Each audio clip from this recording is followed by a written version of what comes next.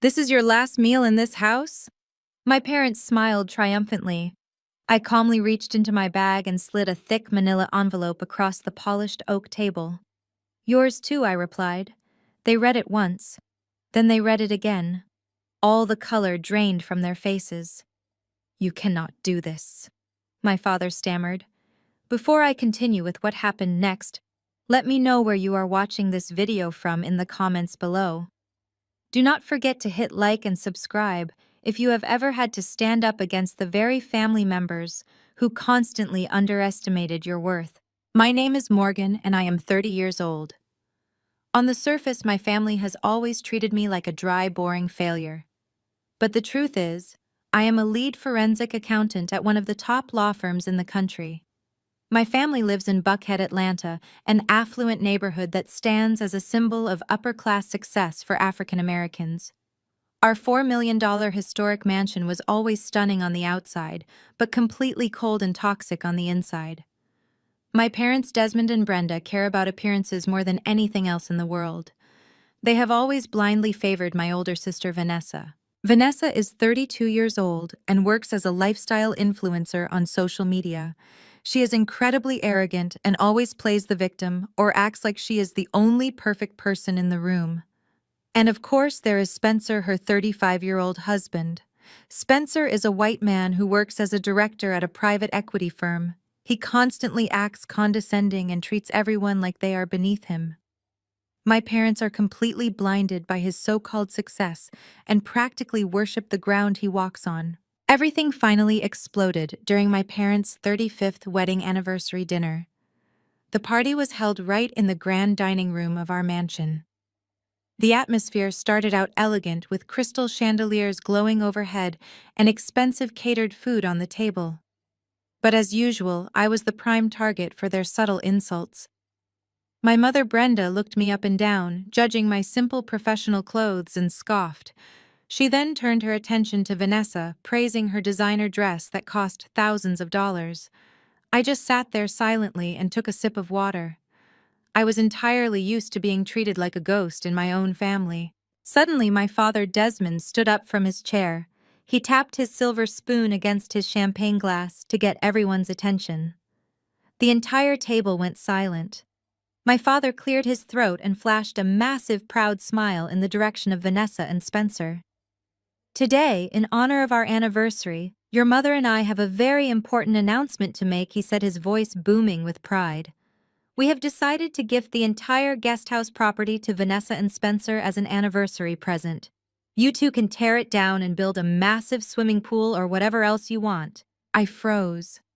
That guest house was not just where I was currently living. For the past 7 years, when my father's company was struggling financially, I used my own money to pay the property taxes and maintain that building.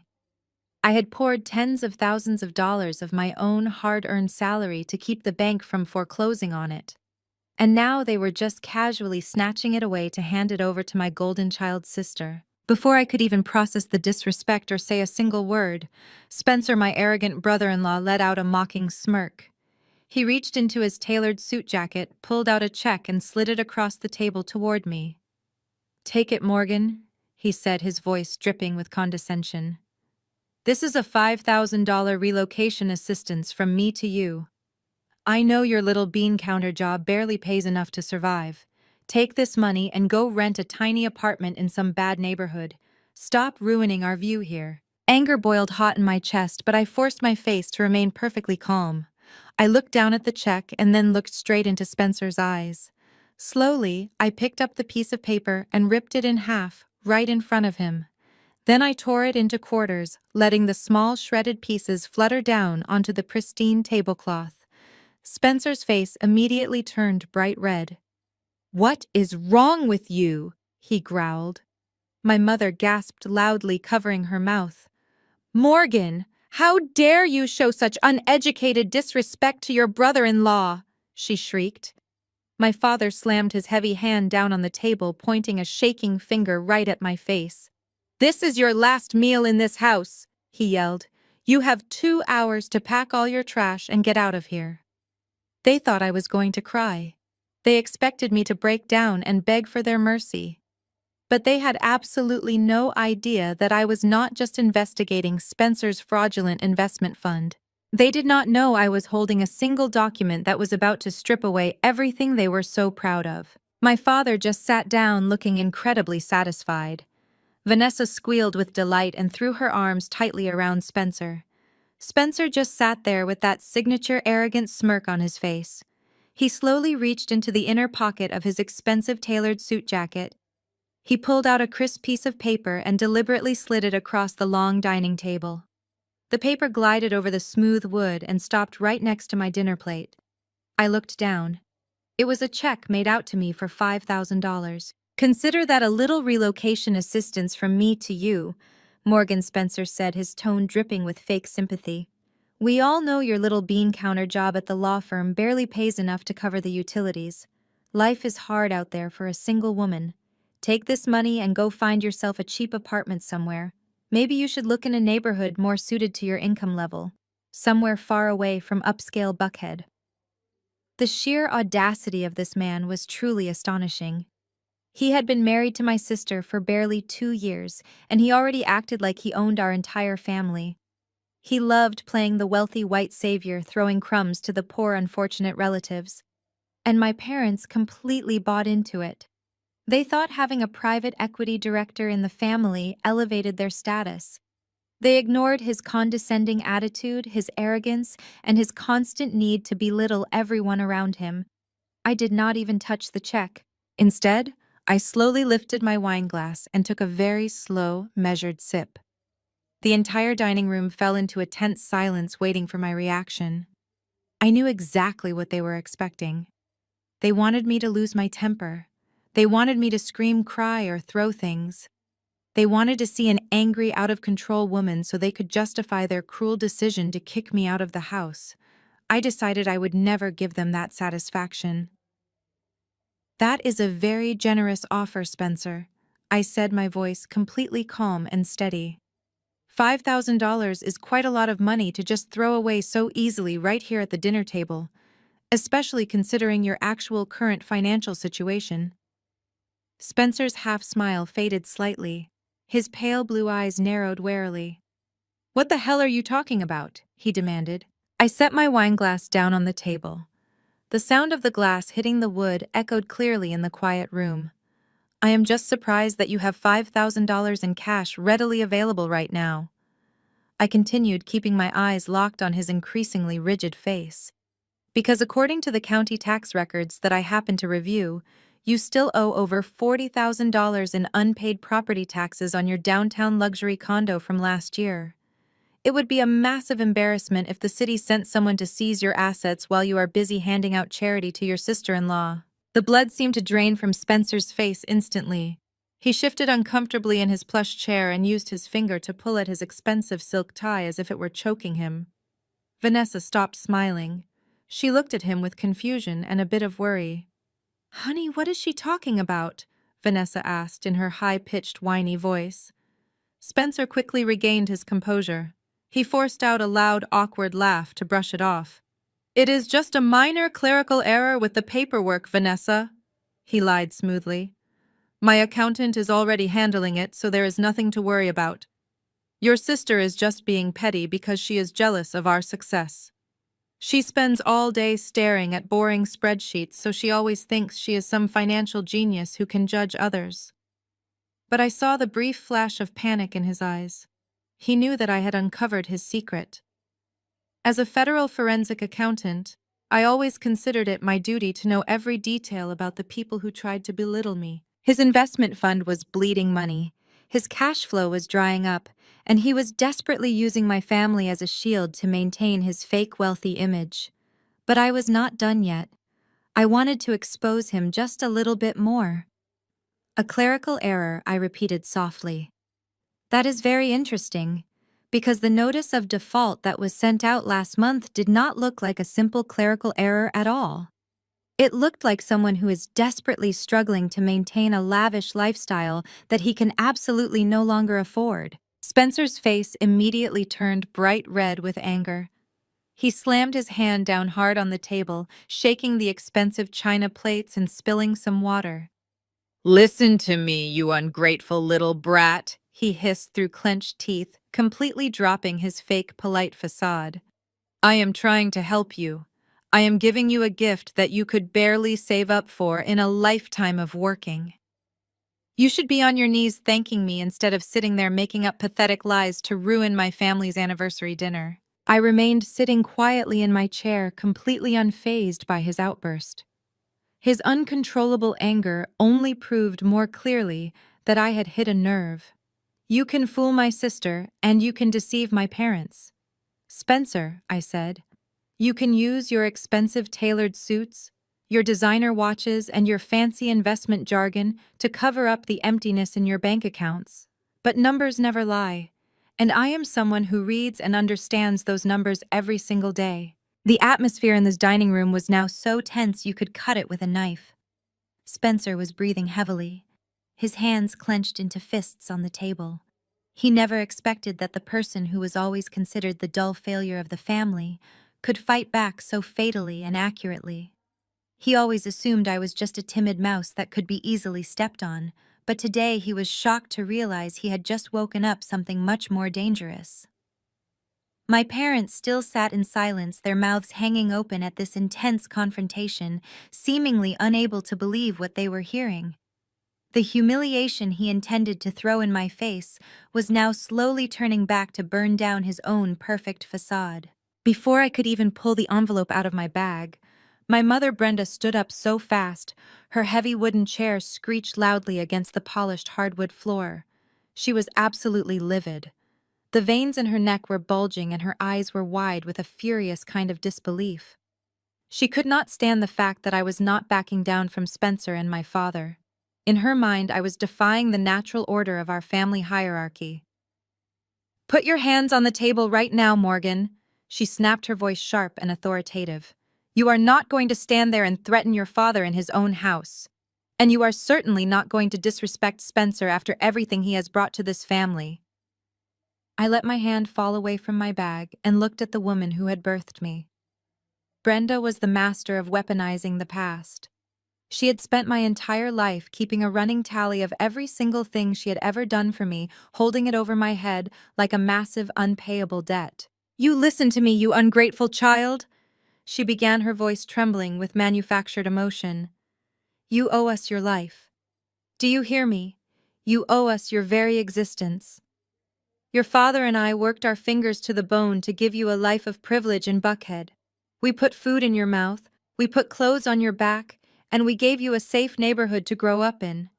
And this is how you repay us, by acting like you own the place just because you helped out a little bit when times were tough. Helped out a little bit. I echoed, my voice barely above a whisper. Mom, I paid the mortgage for 7 straight years. I paid the property taxes when the county was going to auction this house off. I paid for your luxury car lease so the neighbors would not know Dad lost his business. That was your duty as a daughter. She screamed, her face turning red. It was not a favor, Morgan. It was rent. You lived in that guest house and you ate our food. Those payments were nothing more than back rent for the 18 years we supported you before you became this cold, calculating machine. Family takes care of family. I stared at her, feeling a familiar hollow ache in my chest. This was the toxic core of our family dynamic. They disguised their financial exploitation as parental sacrifice.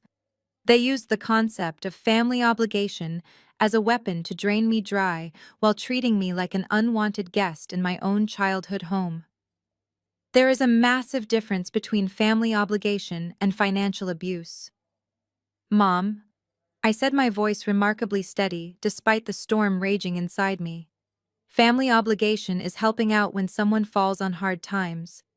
Financial abuse is what you and Dad did to me. How dare you? She gasped, pressing a hand to her chest as if I had physically struck her. I did not stop. Do you remember my 18th birthday, Mom? I asked, looking her dead in the eye. Because I remember it perfectly. I remember applying for my first student loan for college and finding out my credit score was completely destroyed. I remember discovering that you and Dad had opened 4 different credit cards in my name when I was 16 years old and maxed them all out to pay for Vanessa's lavish Sweet 16 party and her designer wardrobe. The dining room fell silent again, but this time the silence felt heavy and suffocating. Spencer looked back and forth between us, suddenly looking a little unsure of the perfect family he had married into. Vanessa shifted uncomfortably in her seat, refusing to make eye contact with me. "That was a misunderstanding," my father muttered gruffly, crossing his arms over his chest. "We were going to pay it back. We just needed a little bridge loan, and your credit was clean." "You ruined my credit before I was even an adult," I shot back. "I had to work 3 jobs in college just to pay off the debt you accumulated in my name. And when Vanessa's cosmetics business went under, you remortgaged this house to bail her out. But when the bank came knocking to collect, you did not go to Vanessa. You did not go to your golden child. You came to the daughter you always called a burden." "You are twisting the truth," Brenda cried out, tears finally spilling over her carefully applied makeup. "You always do this, Morgan. You always play the victim. We gave you the guest house to live in because we pitied you. You had no husband. You had no social life. We gave you a place to stay, and you just happened to help with the bills. I paid $80,000 to fix the foundation of that guest house," I reminded her calmly. "I put on a new roof. I upgraded the plumbing. I did not just pay bills, Mom. I rebuilt that property from the ground up while you and Dad took cruises to the Bahamas on my dime." "It is our land," my father interrupted, his voice booming with forced authority. "Whatever you built on it belongs to us. You are an investment, Morgan. Parents invest in their children and they expect a return.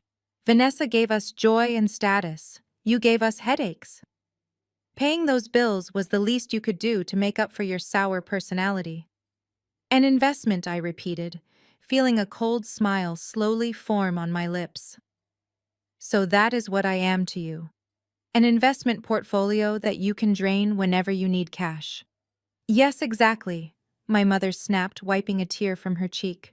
"And right now, this family needs that guest house for Vanessa and Spencer. They are going to build a legacy.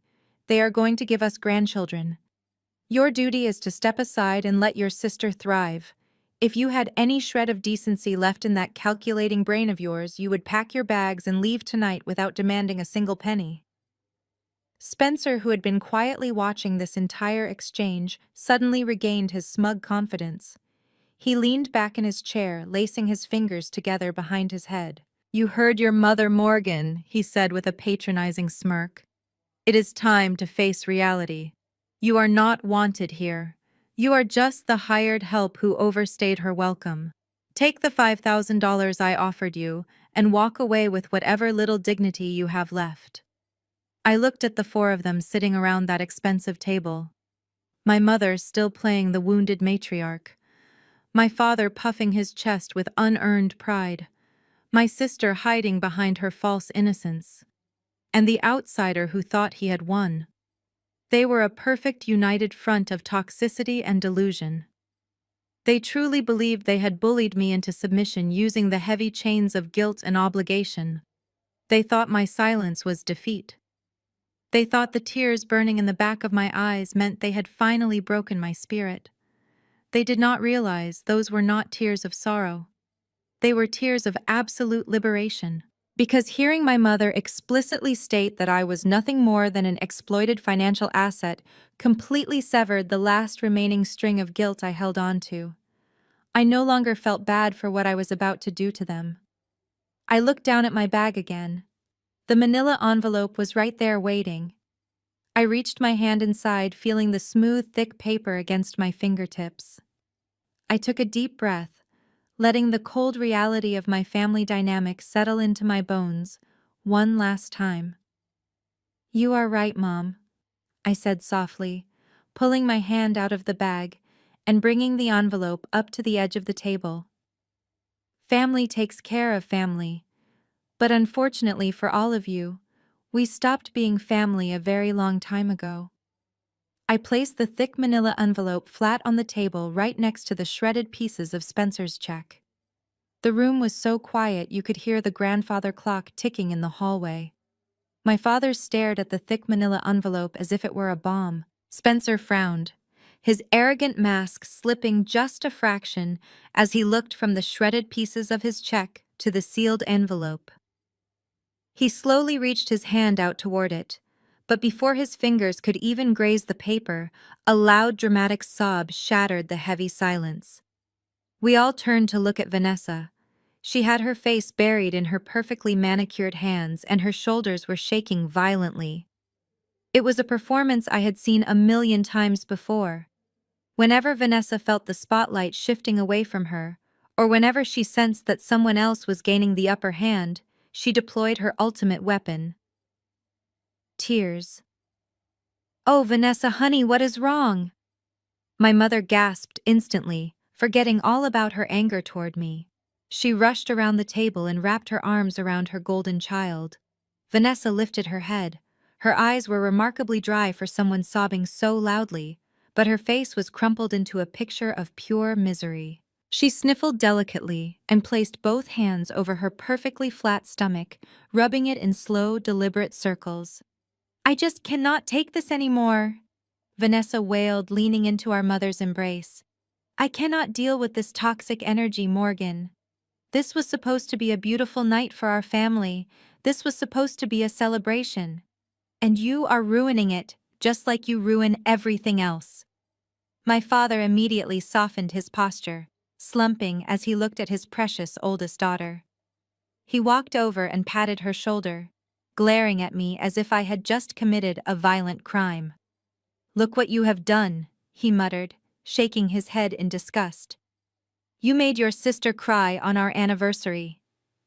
"I am not just crying for me," Vanessa choked out, her voice rising in pitch until it was almost a shriek. "I am crying for the baby." The entire room seemed to freeze. My mother let out a loud gasp of pure joy and pulled back to look at Vanessa. My father stood up straight, his eyes wide with shock and delight. Even Spencer managed to look like a proud patriarch, puffing his chest out and placing a protective hand on Vanessa's chair. "A baby!" my mother squealed, clapping her hands together. "Oh, Vanessa, are you serious?" Vanessa nodded bravely, dabbing at her dry eyes with a linen napkin. "Yes, Mom," she whispered softly. "Spencer and I just found out last week. We are pregnant. We were going to tell you during dessert, but Morgan just had to turn this entire evening into a hateful, jealous screaming match." I sat there watching the entire production with a detached sense of clinical fascination. It was honestly impressive how quickly she could pivot the narrative to make herself the supreme victim and the ultimate hero at the exact same time. "We need that guest house," Morgan Vanessa continued, her voice dripping with fake sorrow. "We need a safe, clean environment to raise this child. Our condo downtown is just too small and it is not a good neighborhood for a family. We want to raise the first grandchild right here on the family estate. We want to give Mom and Dad the perfect mixed-race grandchild they have always dreamed of." I almost laughed out loud at the phrasing. The perfect mixed-race grandchild. Vanessa knew exactly what buttons to push. My parents were obsessed with social climbing and image. To them, having a wealthy white son-in-law was a status symbol. Having a light-skinned grandchild with green eyes and soft curls would be their ultimate trophy to parade around the country club. Vanessa was holding out the one prize they wanted more than anything else, and she was using it as a weapon to destroy me. "But you do not care about any of that, do you, Morgan?" Vanessa spat, her tone suddenly turning vicious. "You do not care about family. You do not care about my baby. You are just a bitter, jealous spinster sitting alone in that guest house with your boring spreadsheets and your miserable little life." Spencer nodded in agreement, wrapping an arm around his wife. "It is obvious, Vanessa," he said, glaring at me. "She is just angry because no man will ever want her. She sees how happy we are and it kills her. She wants to drag you down to her level of misery." "You have always hated me," Vanessa cried out, pointing a trembling finger across the table. "Ever since we were little girls, you were jealous of me. You hated that I was pretty. You hated that I was popular. And now you hate that I have a successful husband and a beautiful baby on the way, while you have absolutely nothing. You are trying to steal my house because you cannot build a life of your own." The sheer projection was staggering. Vanessa was the one whose business had gone bankrupt. Vanessa was the one living entirely on credit cards and borrowed money. Yet here she was sitting in a dress paid for by stolen retirement funds, calling me the failure. "You need to leave Morgan," my mother said, her voice trembling with righteous fury. "You need to get out of this house right now before your toxic jealousy stresses your sister out any further. Do you want her to have a miscarriage? Is that what you want, you monster?" My father slammed his fist on the table again. The envelope I had placed there shifted slightly, but he did not even look at it. His eyes were burning with a hatred so deep it made my stomach turn. "I am not giving you 2 hours anymore," he growled. "I want you out of this dining room right now. Pack your bags and get off my property before I throw you out myself. You are no longer my daughter. You are a danger to my grandchild." I looked at Vanessa. She was still rubbing her stomach, but over my parents' shoulders she shot me a look of pure, triumphant malice. She gave me a tiny, mocking smirk. She thought she had won. She thought the pregnancy card was an automatic checkmate. In her mind, there was absolutely nothing I could say or do that would ever trump a new baby in the eyes of our parents. I did not say a word in my defense. I did not try to argue against her ridiculous accusations of jealousy. There was no point in fighting with a master manipulator who was currently being shielded by two deeply delusional enablers. Instead, I slowly reached out and tapped my index finger against the thick manila envelope sitting on the table. The dull thud of my nail against the paper drew Spencer's eyes back down. "Congratulations on the baby, Vanessa," I said, my voice completely devoid of any emotion. "It is truly a miracle. It really is."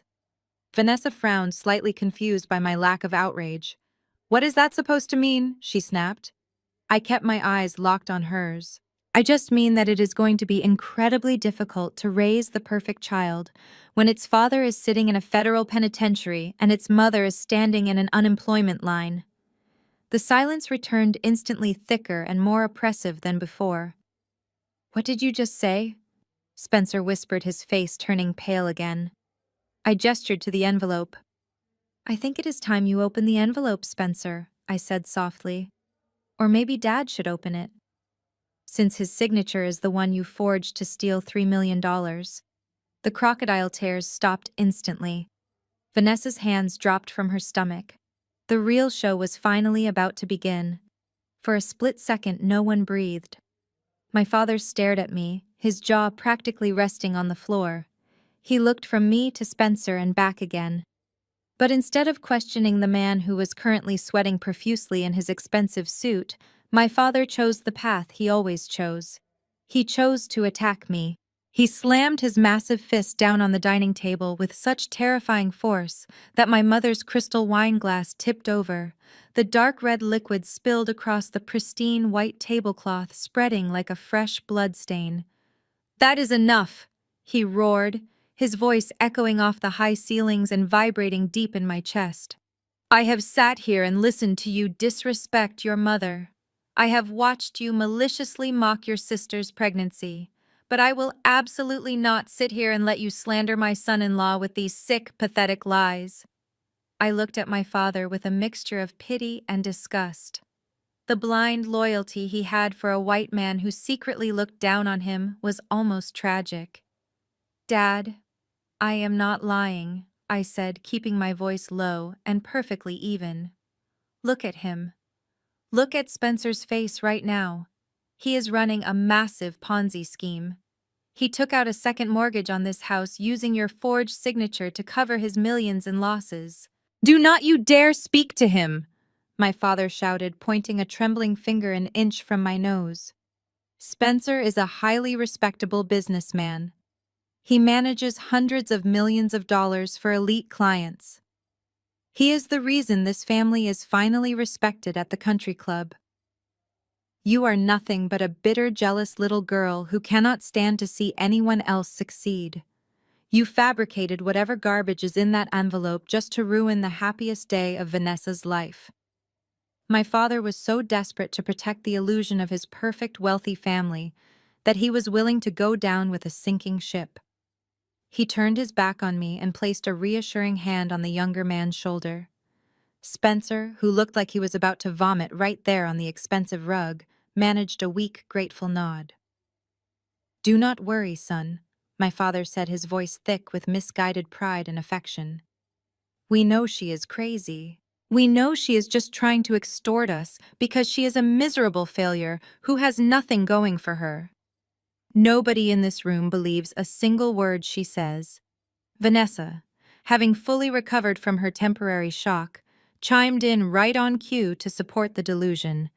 "You are a complete monster, Morgan," she hissed, leaning aggressively across the table. "You forged legal documents just to frame my husband. You are actually insane. Mom, we need to get a permanent restraining order against her before she physically hurts the baby." My mother was already nodding furiously, using a cloth napkin to dab at the spilled wine with shaking hands. "Yes, Desmond, we have to get her out of here tonight.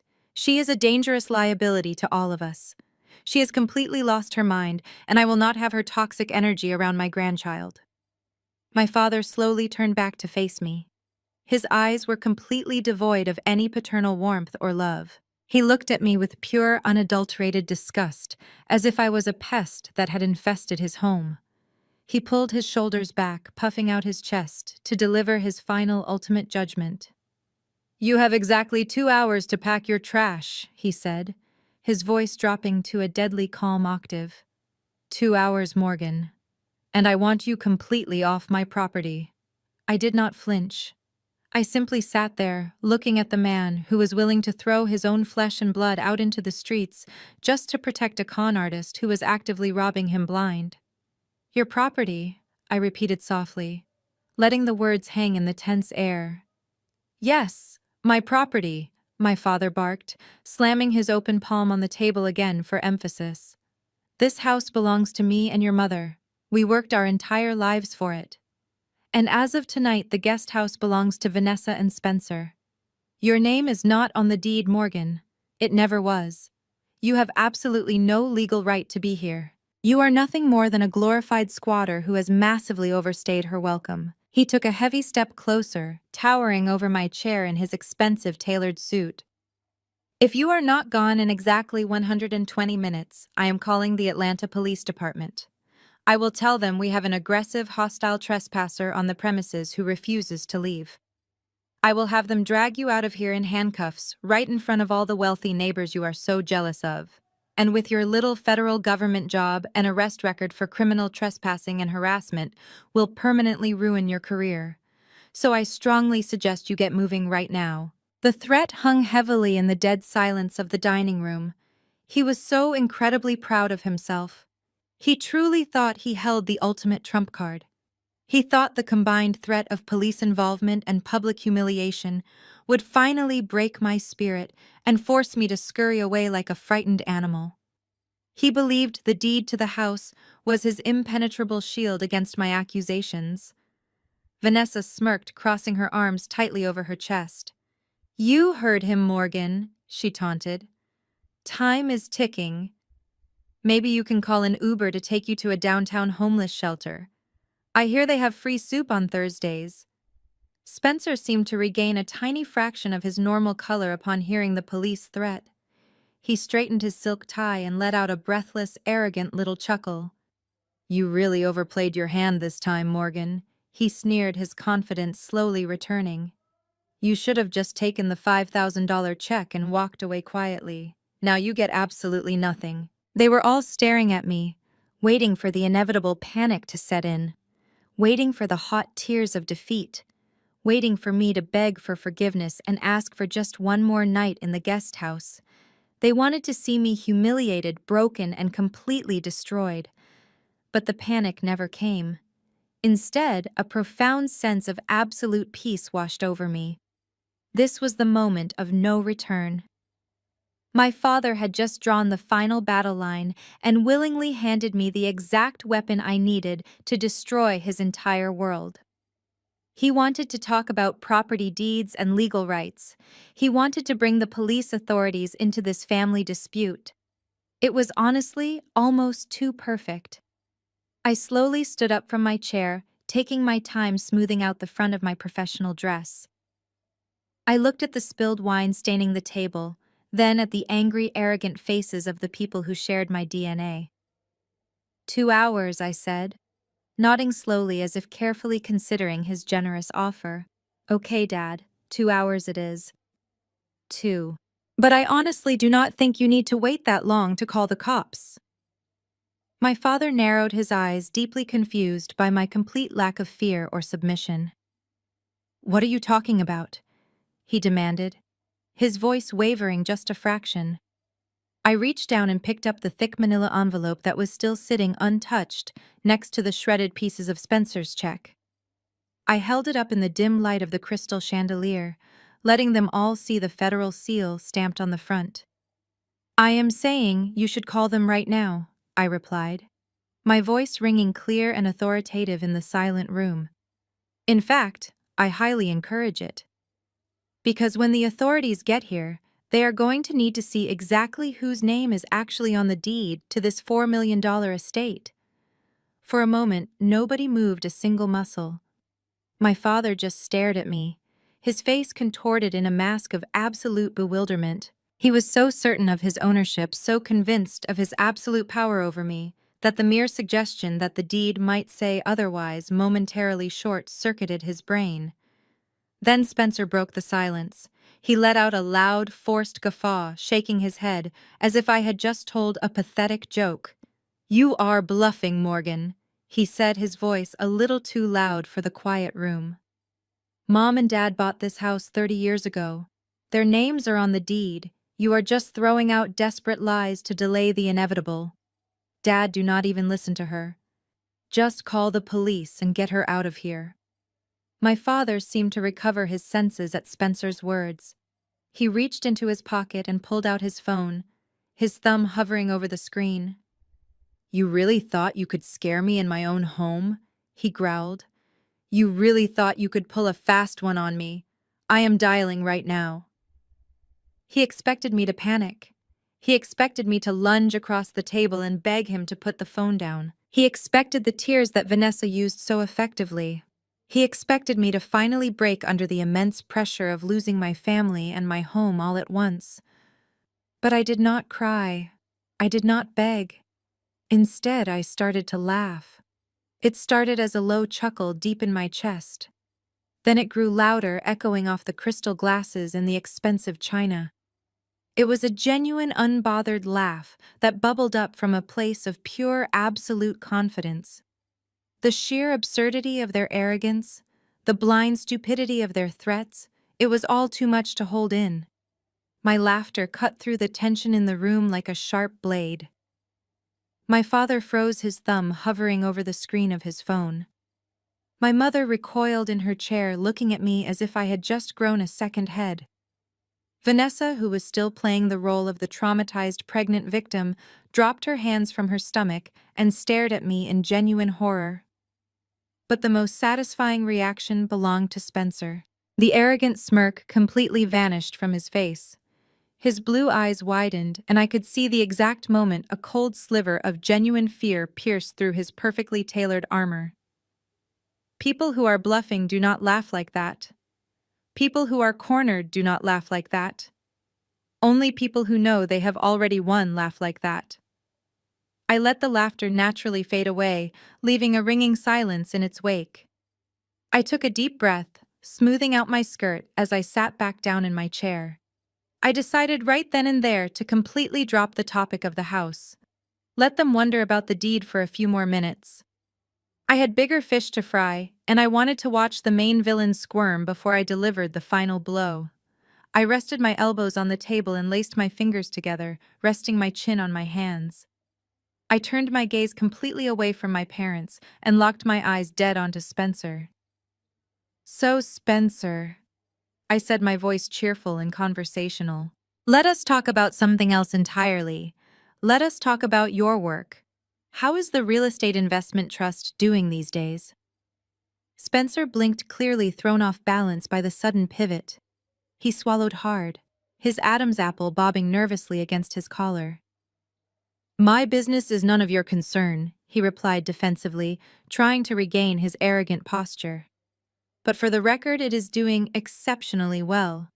We are managing an incredibly robust portfolio of Tier 1 commercial assets. A robust portfolio of Tier 1 commercial assets, I repeated, nodding slowly, as if I was genuinely impressed by his corporate jargon. That is wonderful news. And how many clients have you acquired lately? I mean real clients, Spencer. Not just my parents' gullible friends from the country club. Not just the elderly couples from our church congregation that Dad convinced to invest their entire retirement savings with your firm. Spencer shifted in his seat, the expensive leather creaking loudly in the quiet room. I have dozens of high-net-worth clients. He snapped, his voice taking on a defensive, frantic edge. My fund operates on complex financial algorithms that you could not possibly comprehend. I do not need to explain my client roster or my investment strategies to a low-level corporate accountant. You are right. You do not need to explain it to me, I agreed smoothly. But you might want to practice explaining those complex algorithms, because you are going to have to explain them to the federal authorities very soon. You see, Spencer, the funny thing about being a forensic accountant is that I look at the actual numbers behind the robust portfolios. And your numbers, they are absolutely fascinating.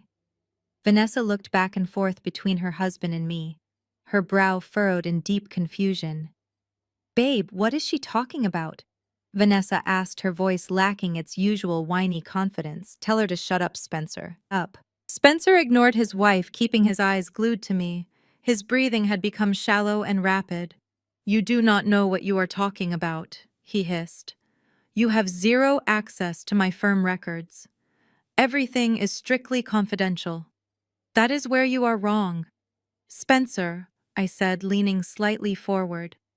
You see, a few months ago, one of those elderly couples from church asked me to take a quick look at their quarterly statement.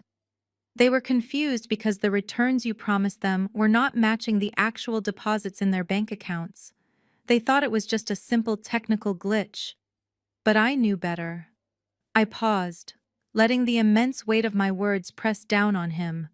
I saw a drop of sweat begin to bead on his forehead.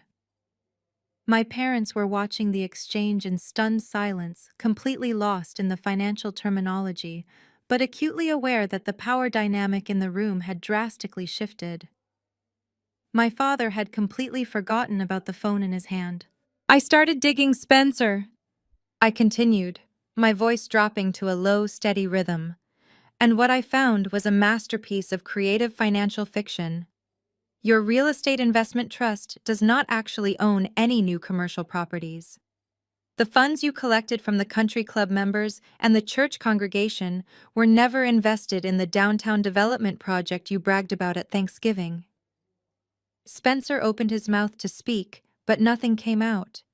His face was completely ashen, all the fake tan seemingly drained away. Instead of investing that capital, Spencer, I said, pronouncing each word with absolute clarity, you used the new money from your recent investors to pay the fake promised returns to your older investors. And you skimmed a massive management fee off the top of every transaction to pay for your luxury lifestyle. You used their retirement funds to pay for your custom suits, your expensive car lease, and to secretly bail out Vanessa's bankrupt cosmetics company without telling anyone. The room was so quiet, I could hear the steady hum of the refrigerator all the way in the kitchen. My father lowered his phone slowly, his eyes wide with a terrifying realization. He had personally vouched for Spencer to all his friends. My mother covered her mouth with her trembling hand.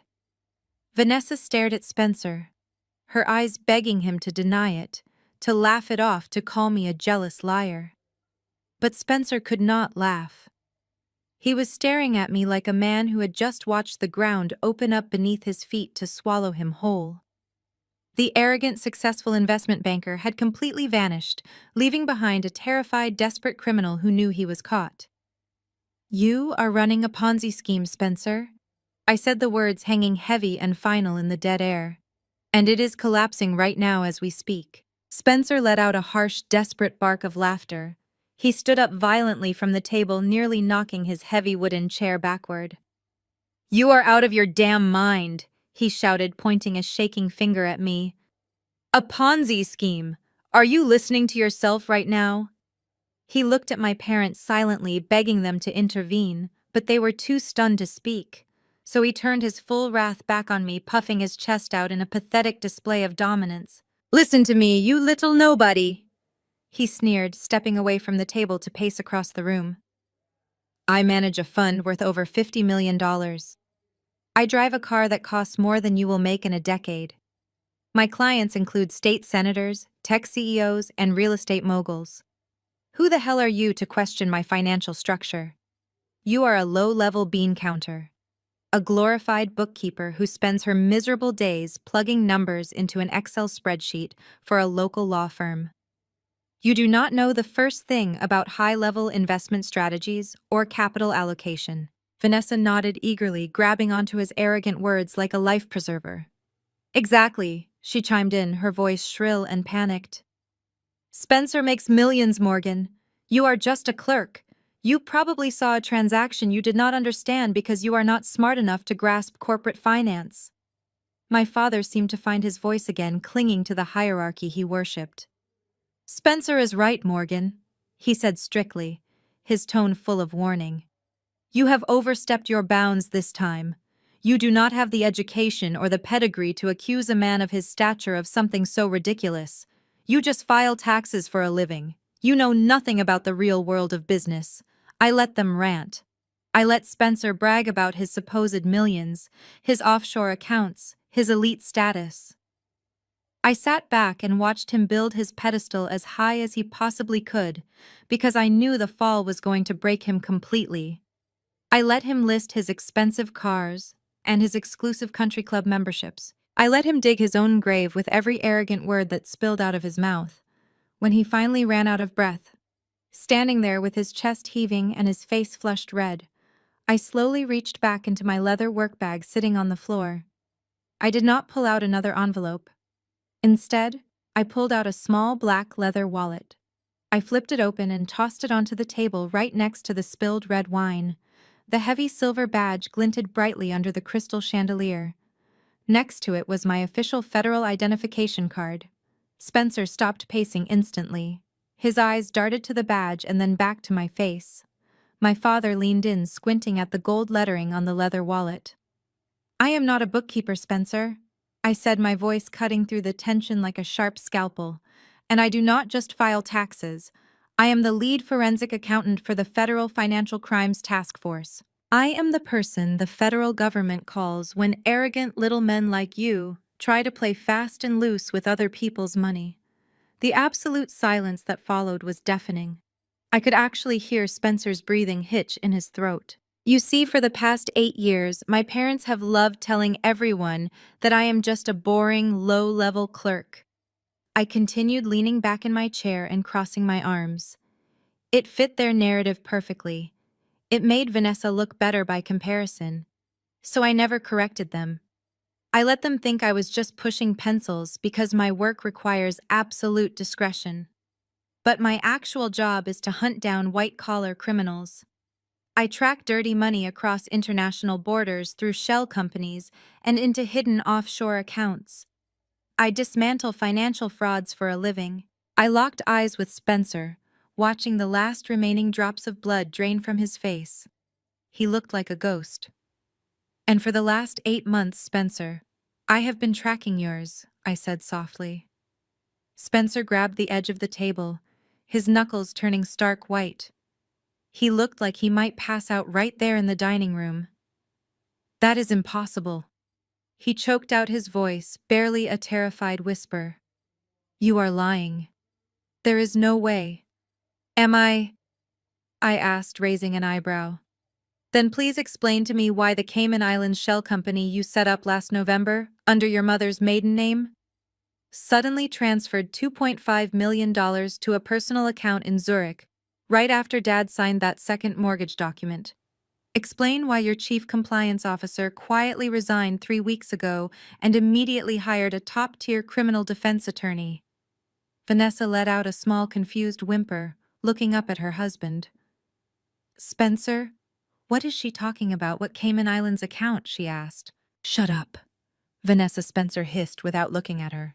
His eyes still glued to me with a mixture of pure terror and absolute hatred. I did not stop.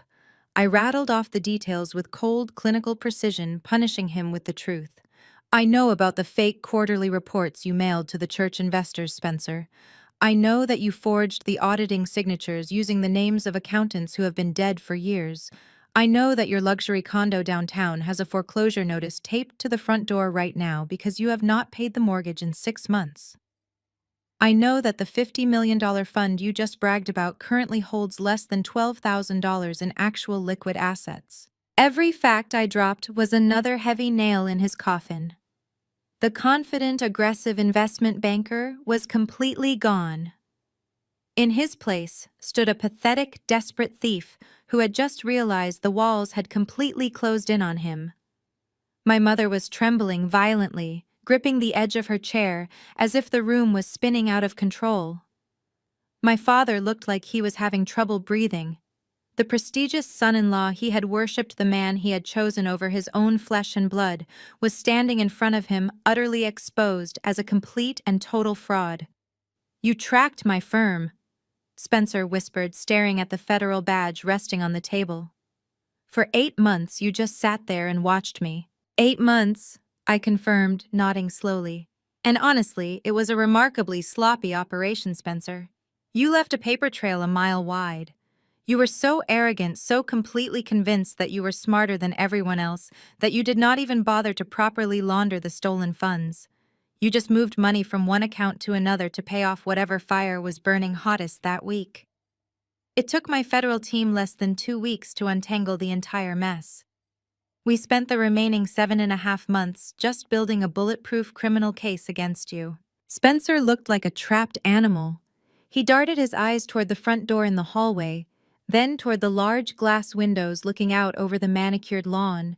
He was actually calculating whether or not he could run. "I would not do that if I were you," I said, noticing his shifting, panicked gaze. "Running will only make you look more guilty to the judge. And besides, you will not get very far in those expensive Italian leather shoes." "You set me up!" he suddenly screamed, pointing a trembling finger at my face. "You framed me because you hate me. You used your government position to target my business and ruin my life because you are jealous." "I did not frame you, Spencer," I replied calmly, resting my hands on the table. "You ruined your own life the second you decided to steal money from innocent people to fund your fake luxury lifestyle. The fact that you decided to steal from my parents, well, that just made catching you a personal bonus." Vanessa slammed her hands flat against the table, her perfectly manicured nails scraping harshly against the polished wood. She could not stand to see her husband humiliated, and she absolutely could not bear the thought of her own perfect world crumbling in front of our parents. "You are a miserable liar," she screamed, her face twisting into an ugly mask of rage. "Spencer is a financial genius and you are just a pathetic, jealous spinster. He did not steal anything. You fabricated all of those documents because you want to destroy us out of pure spite. You want to take away the only good thing this family has ever had." I slowly turned my head away from the sweating, terrified face of my brother-in-law and looked directly at my sister. The golden child. The one who could do no wrong. The one who had spent her entire 32 years on this earth stepping on my neck to elevate herself. She was breathing heavily, her $10,000 designer dress shifting as she trembled with desperate anger.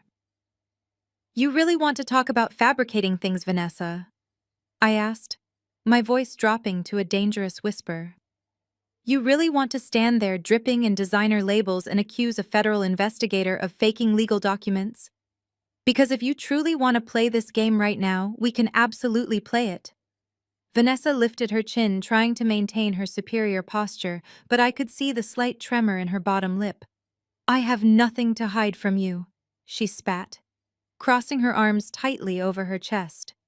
"My husband and I are incredibly successful. My cosmetics line is booming. We are building a massive empire while you sit alone in the dark, typing on a keyboard like a loser." "An empire," I repeated, letting a small, cold smile touch my lips. "That is a very interesting choice of words, Vanessa. Tell me exactly how booming is your luxury cosmetics line right now? Because the federal bankruptcy court in Delaware has a very different opinion about the current state of your empire." Vanessa's eyes darted to the side for a fraction of a second. A tiny, visible crack appeared in her flawless, confident facade.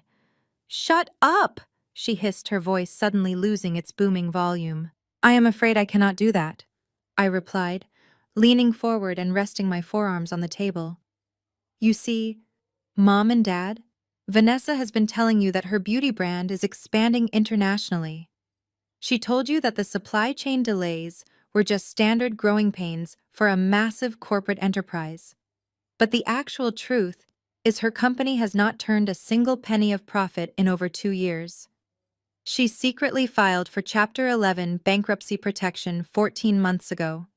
Her warehouses are completely empty.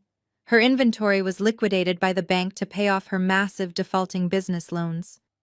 Her glorious empire is nothing but a mountain of unpaid vendor invoices and incredibly angry creditors."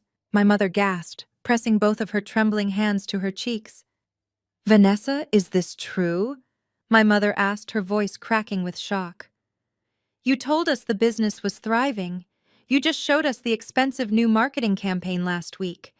It is just a temporary corporate restructuring," Vanessa stammered, her eyes darting frantically around the dining room, looking for an escape route. "The global market shifted. It is totally normal in the competitive beauty industry. Spencer was going to inject some heavy capital from his investment fund to keep us afloat until the big rebrand launches next spring." "Spencer does not have any capital to inject," I reminded her, keeping my tone clinical and relentless. "He is completely broke. You are completely broke. Your entire life is an exhausting illusion, Vanessa." Vanessa stood up straight, throwing her shoulders back defensively. "I am not broke," she shot back, gesturing wildly to her expensive outfit and the pristine designer bag sitting on the chair next to her. "Do these look like the clothes of a broke woman, Morgan? Spencer and I just spent 2 weeks at an exclusive private resort in the Maldives. I carry a Birkin bag that costs more than your entire car. You are just trying to make me look bad in front of Mom and Dad because you have never owned anything nice in your entire pathetic life." I looked at the Birkin bag resting on the chair. It was genuine crocodile leather, flawless, wildly expensive. I looked back up at the golden child who was still desperately clinging to her false reality. "Oh, I know exactly how much that bag costs, Vanessa," I said softly. "And I know exactly how much that luxury trip to the Maldives cost. But the question Mom and Dad should be asking right now is not how much those shiny things cost. The question they need to ask themselves is who actually paid for them." Vanessa's face went completely ashen. Her jaw dropped open, but no sound came out. She took a small, unsteady step backward, bumping into her chair. "You see, Mom?" I continued, shifting my gaze to the woman who had spent my entire life telling me I was a burden. Vanessa did not buy those designer bags with profits from her failed cosmetics business, and Spencer did not pay for those luxury vacations with his non-existent investment returns. They paid for that extravagant lifestyle using your money. "My money?" my mother echoed, looking completely lost and disoriented. "What do you mean, my money, Morgan?" "We only gave her the initial seed money for the business 5 years ago. We have not given her a dime since then." I sighed, feeling a heavy, strange weight of pity for the two deeply flawed people who had blindly enabled this monster. "6 months ago, Vanessa came to the house while you and Dad were out playing golf," I explained. "She told the housekeeper she needed to grab some old childhood photos from the safe in the study. But she did not take photos, Mom. She took your personal financial records. She took the account numbers and the routing information for your primary retirement portfolio. My father shook his head vigorously, refusing to believe his own ears. No! He barked, his voice cracking with terror. That is completely impossible. The bank would have notified us immediately. We have security measures in place. Vanessa would never do something so evil to us. She forged your signatures, Dad, I stated plainly, delivering the final crushing blow. She set up an online portal using a secondary dummy email address, so you would never see the withdrawal alerts or the low balance warnings. I cross-referenced the timestamps on her social media posts with the withdrawal dates on your portfolio statements. It is a perfect match. On March 12th, she posted a picture from a private cabana in Tulum. On March 10th, $12,000 was wired from your Vanguard account to a shell company registered in her name. On April 5th, she posted an unboxing video of a limited edition Cartier watch. On April 3rd, $18,000 vanished from your life savings. The dining room was dead silent. Over the past 6 months, she has systematically drained your entire retirement account, I said. Every single time she needed to post a new glamorous photo on the internet to maintain her fake influencer status, she stole another $10,000 from your future. That Birkin bag sitting on that chair right now, that is your retirement fund. That trip to the Maldives, that was the money you saved for your medical care. My father turned slowly to look at his precious golden child. His face was a mask of pure, absolute agony. The daughter he worshipped, the daughter he had just gifted my home to, had robbed him blind. Vanessa. He whispered, his voice breaking completely. Please tell me she is lying. Please tell me you did not steal our future. Vanessa started to cry again, but these were not the fake, calculated crocodile tears she had used earlier to gain sympathy. This was the ugly, desperate, hyperventilating sobbing of a cornered thief. I had to, she wailed, dropping to her knees right there on the expensive rug. I had to keep up appearances, Dad. You do not understand the immense pressure of being an influencer. People expect me to look a certain way. If I admitted the business failed, everyone would laugh at me. I was going to pay you back, I swear. Spencer promised me his next big real estate deal would cover everything I took. My mother let out a horrific, gut-wrenching scream. She lunged out of her chair and grabbed the Birkin bag from the seat. She threw it violently at Vanessa, the heavy leather striking her sister hard in the shoulder. You stole from us! My mother shrieked, her face contorted with absolute devastation. We gave you everything. We gave you our whole lives, and you stole our future just to buy a stupid purse. I sat there and calmly watched the beautiful, perfect facade of my family completely disintegrate into dust. The golden child was sobbing uncontrollably on the floor, surrounded by the symbols of her fake wealth. The wealthy son-in-law was backed against the wall, waiting in terror for the federal agents to arrive, and my parents were finally realizing that the daughter they worshipped was a vicious parasite, and the daughter they despised was the only one holding the truth. For a long, agonizing moment, the only sound in the dining room was the pathetic whimpering of my sister on the floor. I watched my parents' faces, expecting to see the final dawn of realization. I expected an apology. I expected them to turn their backs on the two frauds who had just destroyed their retirement and sold their future for designer handbags and fake status. But I had completely underestimated the sheer power of their toxic delusion. My father, Desmond, took a deep, shuddering breath and slowly knelt down next to Vanessa. He did not push her away in disgust. Instead, he awkwardly patted her perfectly styled hair. Then he stood back up, his face hardening into a familiar mask of stubborn pride. He stepped completely over the expensive Birkin bag on the floor and positioned his large body between Vanessa and me as if he needed to protect her from a dangerous predator. How long have you known about this, Morgan? He asked, his voice dangerously low and trembling with misdirected anger. How long have you been spying on your own sister like some kind of cold-blooded snake? I blinked, genuinely thrown off balance by the absurdity of his question.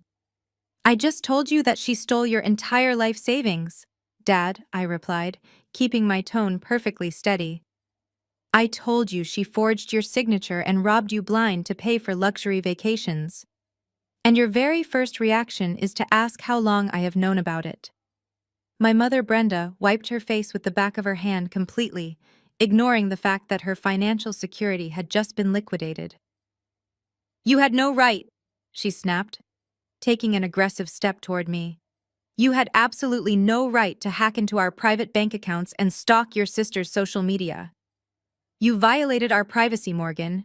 You did all of this just to humiliate her on our anniversary and make yourself look important. The cognitive dissonance was absolutely breathtaking. They were literally bleeding out financially, and yet they were screaming at the person who was trying to apply the tourniquet.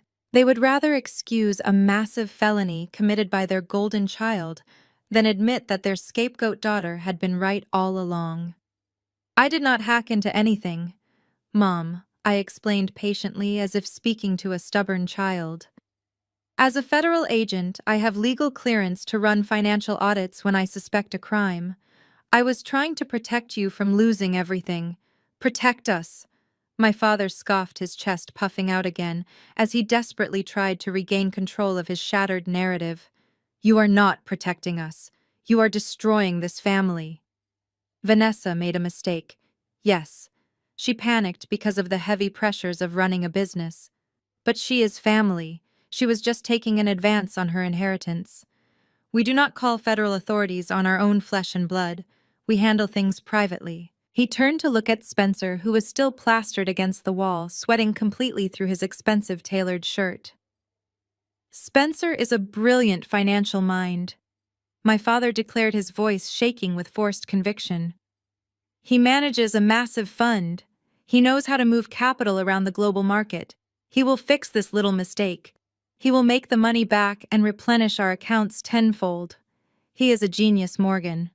That is something you would never understand with your rigid little government rulebook. Spencer nodded frantically, eager to latch onto this lifeline of pure, unadulterated delusion. Yes, absolutely, Desmond, he stammered, wiping his forehead with a trembling hand.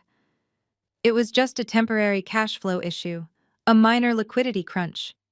The market has been highly volatile lately, but I have several massive commercial deals closing next quarter. I will pay back every single cent Vanessa borrowed from your accounts. You have my word as a gentleman. Borrowed. I repeated the word, tasting like bitter ash in my mouth. She did not borrow it, Spencer. She stole it.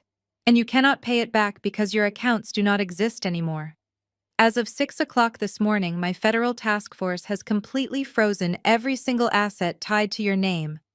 You do not have a dime left to your name. My mother shook her head vigorously, putting her hands over her ears, refusing to hear the cold, hard truth. Stop it, Morgan, she shrieked, her face red with irrational fury. Just stop lying right now. You are just a vindictive monster trying to tear their marriage apart. Spencer is going to fix this. He is going to take care of us like he always promised. He is the successful son we never had. You are just a bitter, lonely woman who wants everyone else to be as thoroughly miserable as you are. I looked at the two people who had raised me and felt a profound, chilling emptiness. They were actively choosing poverty over humility. They were choosing the comfortable illusion of a perfect, wealthy family over the devastating reality sitting right in front of them. They were completely willing to live in a fantasy world where Spencer was a misunderstood billionaire and Vanessa was a tragic victim of circumstance. They would rather drown with the golden child than be saved by the daughter they hated. You really believe he can save you? I asked, my voice softening into a tone of genuine pity. You really believe the man who forged your signature to take out a $4 million second mortgage on this house is going to magically conjure up the money he already lost in his Ponzi scheme? My father pointed his thick finger at the front door, his face purple with absolute rage. Get out, he roared. I told you earlier that you had 2 hours, but I am changing my mind. Get out of my house right this second. You are dead to us, Morgan. You are no longer a part of this family. We will figure this entire situation out together without your toxic interference. Spencer will handle the bank. He will handle the mortgage paperwork. You just pack your bags and leave us alone forever. He still thought the house belonged to him. He still thought he had the ultimate authority to order me around and dictate the terms of my existence. He was so blinded by his hatred for me and his desperate love for Vanessa that he had completely forgotten about the thick manila envelope still sitting untouched on the dining table. The envelope that I had practically begged him to open earlier. The envelope that held the absolute final nail in the coffin of his delusional, fragile world. I did not move a single muscle toward the door. I just sat there in the tense silence, letting his cruel words hang in the heavy air of the dining room. "You want me to leave, Dad?" I asked, my voice eerily calm against the backdrop of Vanessa's pathetic sobbing on the floor. "I will gladly leave. I have been wanting to leave this toxic environment for years. I am tired of being the scapegoat in this family. I am tired of fixing your mistakes. But before I go upstairs and pack my bags, I really think you should look at what is inside that envelope." My father glared at me, his chest heaving with exertion from his screaming fit. He looked down at the dining table. The thick manila envelope was still sitting exactly where I had placed it earlier, right next to the shredded pieces of Spencer's insulting relocation check. For a brief moment, my father hesitated. The absolute certainty in his eyes flickered.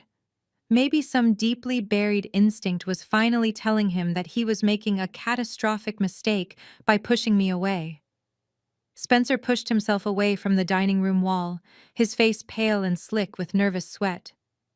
"Desmond, do not open that," he blurted out, his voice cracking with pure panic. "It is just fake government documents. She is trying to trick you. She is just trying to play sick mind games with us because she is jealous. Just throw the envelope in the trash and call the police like you promised. Get her out of here before she ruins the whole night." But Spencer's desperate interruption had the exact opposite effect. My father was a man of immense stubborn pride.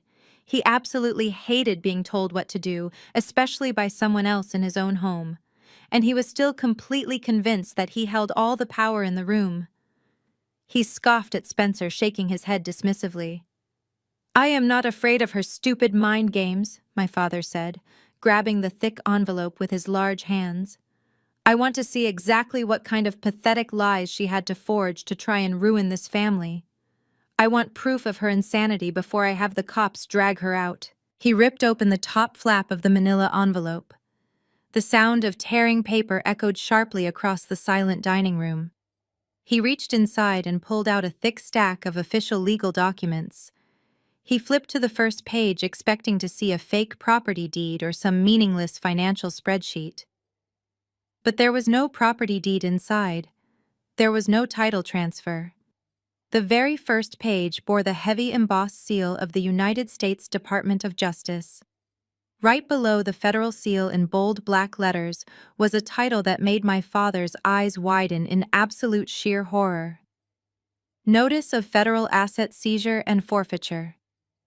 My father stared at the paper, his lips moving silently as he tried to comprehend the dense legal jargon printed on the page. His large hands began to shake so violently that the papers rustled loudly against each other. "What is this?" he whispered, his voice entirely stripped of its former booming authority. "What does this mean, Morgan?" "It means exactly what it says, Dad," I replied, leaning back in my chair and crossing my arms over my chest. "It means that this $4 million historic mansion in Buckhead no longer belongs to you. The house you have spent the last 30 years bragging about at the country club is gone.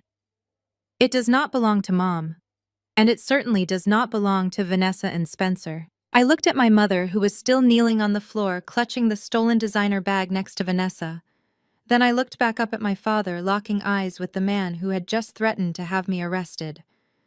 "30 minutes ago, you stood up and smiled at me," I said, my voice echoing the exact words from the beginning of the dinner. "You told me that this was my last meal in this house." "Well, I slid that envelope across the table for a reason, Dad. Because this is your last meal in this house, too." My parents read the document again. Their eyes darted back and forth across the terrifying federal letterhead. Then they read it a third time, trying desperately to find a loophole or a mistake. The color drained completely from both of their faces, leaving them looking like hollowed-out ghosts. My father dropped the heavy stack of papers onto the table, as if they had suddenly caught fire and burned his fingers. "You cannot do this," he stammered, taking a stumbling step backward away from the table. "This is my house. I paid for this house with my own hard-earned money. You have no right to seize my property. You cannot just take my home away from me." "I am not the one seizing it, Dad," I explained, keeping my tone entirely clinical and detached. "The federal government is seizing it because Spencer used this exact property as collateral for his fraudulent investment fund. He forged your signature on a massive second mortgage and pumped that $4 million directly into his collapsing Ponzi scheme. When the Federal Financial Crimes Task Force froze all of Spencer's offshore and domestic assets this morning, this house was automatically included in the seizure order. The government considers this estate to be the direct proceeds of a federal financial crime." My mother let out another agonizing wail, dropping the designer bag onto the rug. "No!" she cried out, scrambling awkwardly to her feet. "No, Desmond, tell her she is wrong. Tell her we are protected by the law. We did not commit any crimes. We are innocent victims in all of this. They cannot take our family home away from us. We will hire lawyers. We will fight this in court." I shook my head slowly, feeling a cold sense of absolute finality settling over the dining room. "You are not protected, Mom," I said softly, "and you cannot hire lawyers to fight this. When Vanessa stole your retirement savings to buy her fake influencer lifestyle, she wiped out the very last safety net you had left. You have zero liquid assets to pay for a legal defense. The bank has already initiated the foreclosure process on your original mortgage because you missed the last 3 monthly payments since Vanessa drained your checking accounts.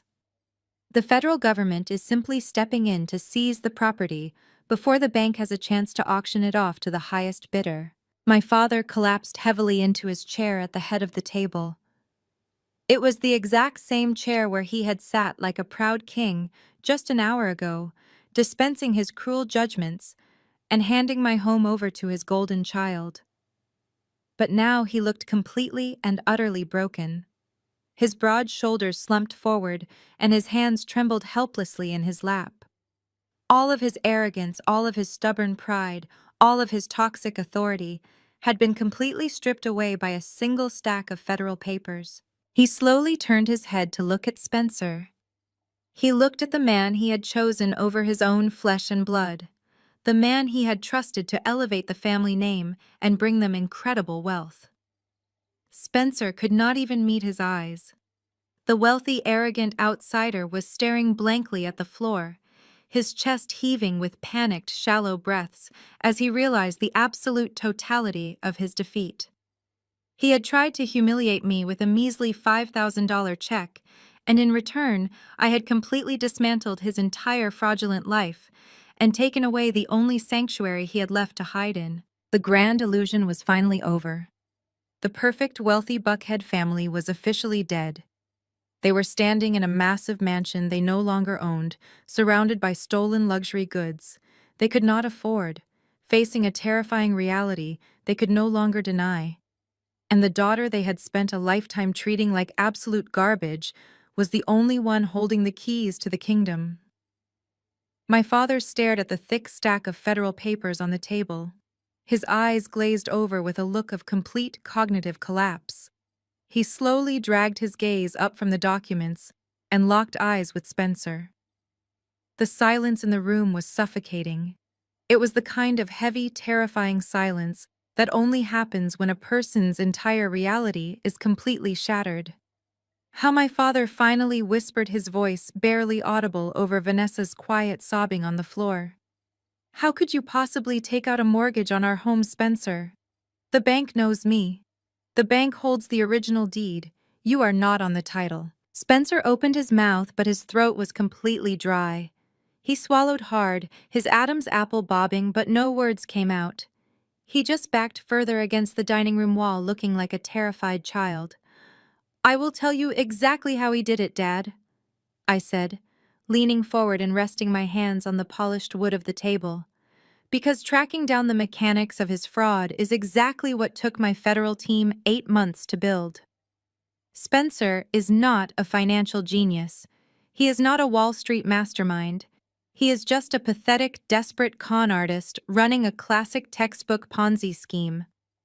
I turned my attention directly to Spencer, dissecting his entire life with cold, clinical precision.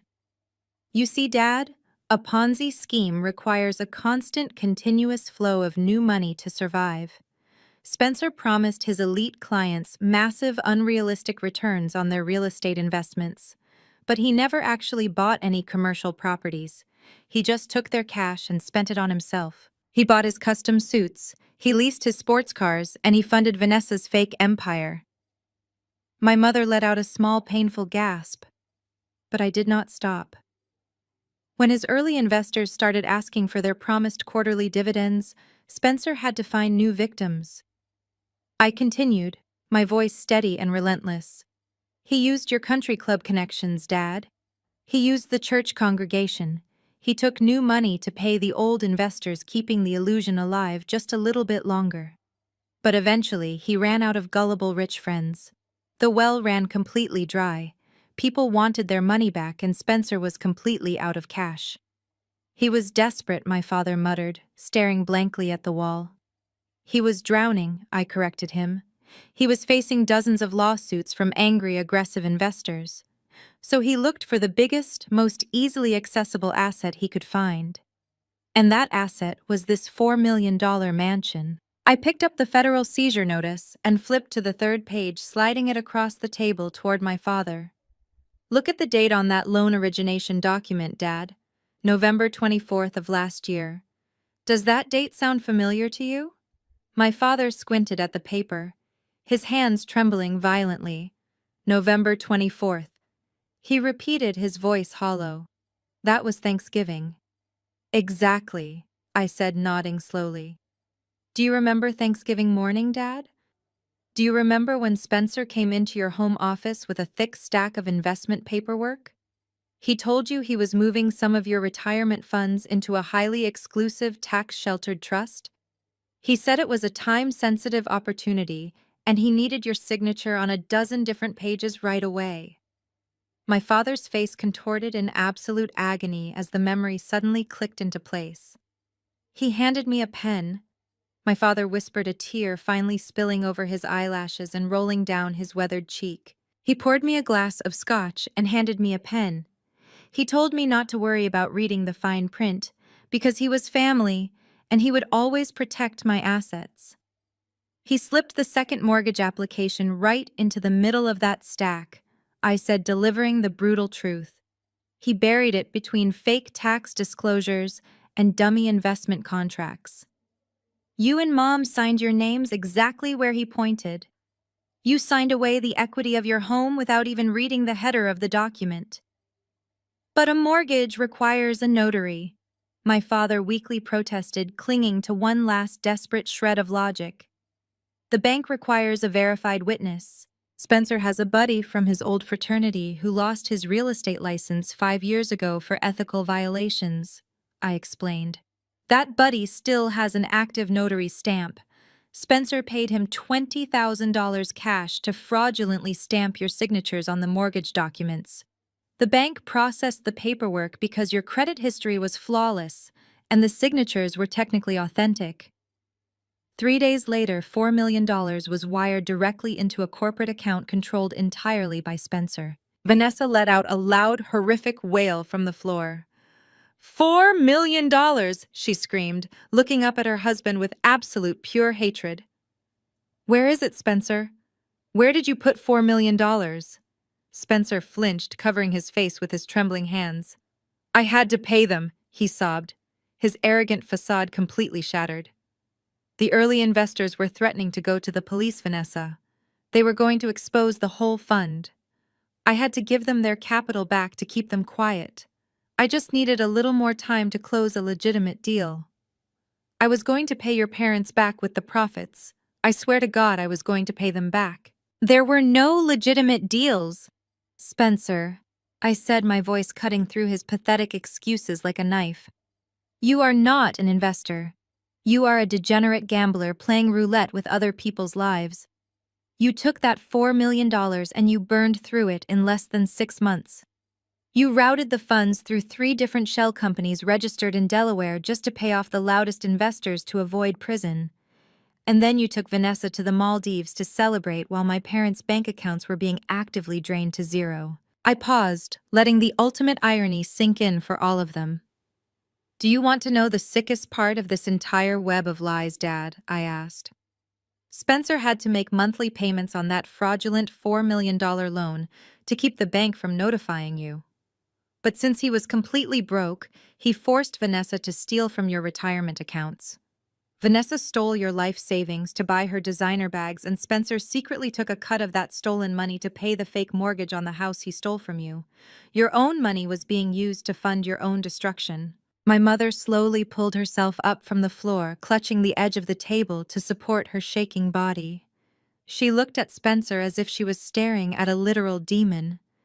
You sat at my table every Sunday, she whispered, her voice hoarse and broken. You ate my food, you smiled in my face and called me Mom, and the entire time you were plotting to steal the roof over my head. I did not want to hurt you, Brenda Spencer pleaded, taking a small, pathetic step toward her. I love this family. I just made a bad calculation in the market. It was just a business mistake. A business mistake? I repeated, a harsh laugh escaping my lips.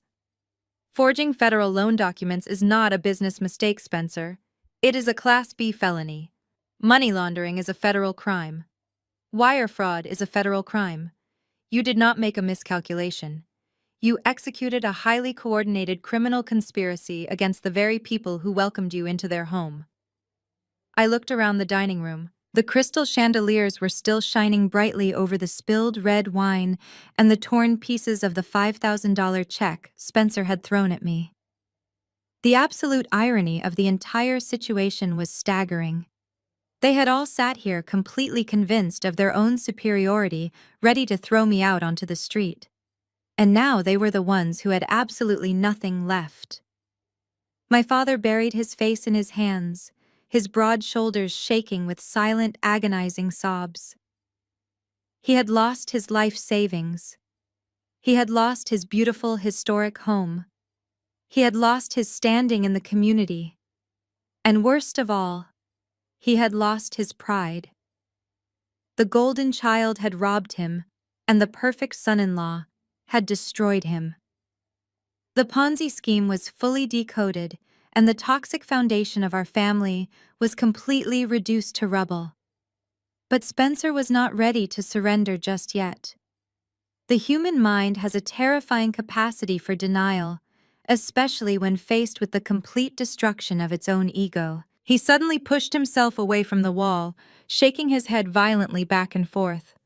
Drops of sweat flew from his forehead, landing on the polished wood floor. "No!" he shouted, his voice cracking like a desperate teenager. "No, this is all a lie. Desmond, you have to listen to me. She is twisting the facts to make me look bad. The fund is fine. The mortgage is fine. I just moved the equity into a temporary holding trust to protect it from capital gains taxes. It is a highly sophisticated maneuver." My father looked up at him, his eyes completely dead. "A holding trust," my father repeated hollowly. "Yes," Spencer stammered, wiping his face with the sleeve of his expensive suit jacket. "Yes, exactly. The federal government does not understand high-level private equity. They see a complex transaction and they immediately assume it is fraud. That seizure notice is just a preliminary inquiry. I have lawyers. The best lawyers in the city.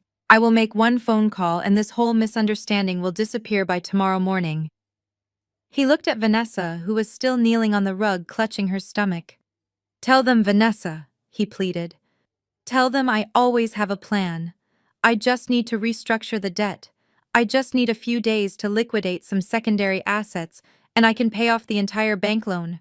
We will get the house back. Everything will be exactly like it was. Vanessa just stared at him, her mascara running down her cheeks in thick black lines. She did not say a word. She finally saw him for exactly what he was.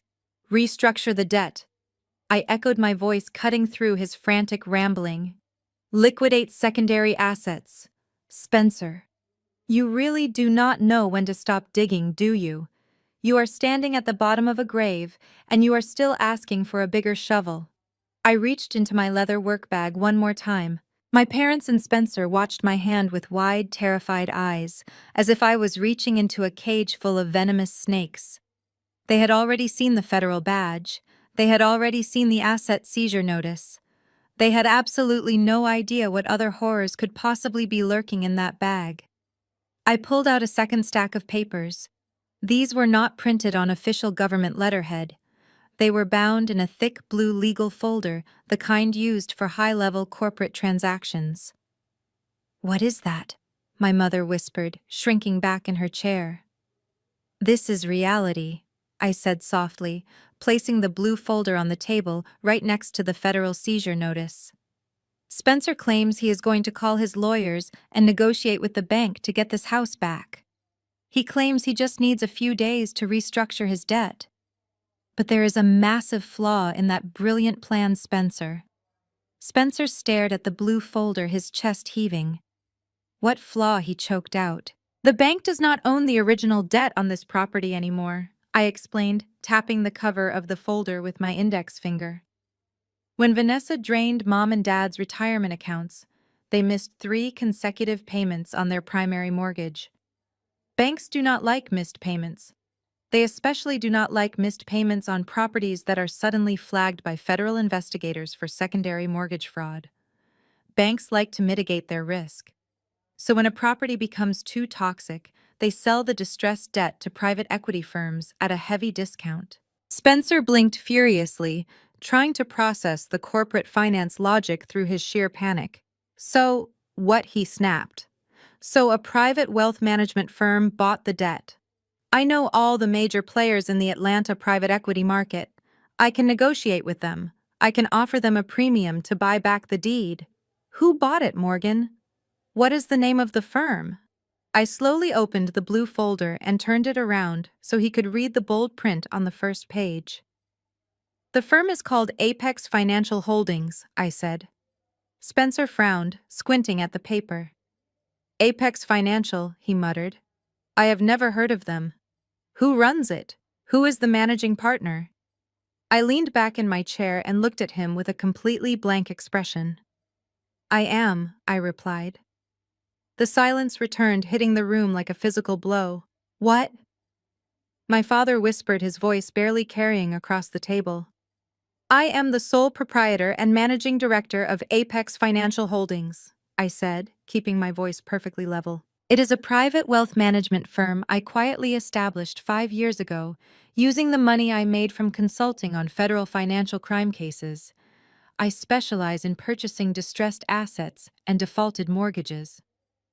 I looked at my father, who was staring at me as if I had just grown wings. "When the bank flagged your primary mortgage for default 3 weeks ago, my firm made an aggressive cash offer to purchase the debt outright," I explained. "The bank was thrilled to wash their hands of the massive liability Spencer had created. The transaction cleared yesterday afternoon." "You bought our debt?" My mother gasped, clutching her chest. "You own the mortgage." "No, Mom," I corrected her gently. "You defaulted on the mortgage. The federal government seized the fraudulent second loan Spencer created, but my firm legally purchased the primary defaulted note, which means I do not just own the debt, I own the actual property. I own the house." Spencer let out a bizarre, strangled noise that sounded like a dying animal. He staggered backward until his back hit the wall, sliding down slowly, until he was sitting on the floor next to a very expensive antique vase. "You," he whispered, staring at me with wide, unblinking eyes. "You bought the house." "Yes, Spencer," I said. "I bought the house. You stood there 10 minutes ago, bragging about your fake millions and telling me to go rent a tiny apartment in a bad neighborhood." You tried to hand me a $5,000 check to leave a property that you secretly stole from my parents. But the entire time you were making those arrogant little threats, you were actually standing in my dining room. My father looked from me to Spencer and then down at the blue folder. The absolute finality of the situation crushed whatever tiny ounce of fight he had left in his body. The daughter he had treated like a burden. The daughter he had literally just ordered to pack her bags and get off his property was now his legal landlord, and the son-in-law he had worshipped had literally handed her the keys. "You see, Spencer," I said, standing up slowly from the table. "You thought you were the smartest person in the room.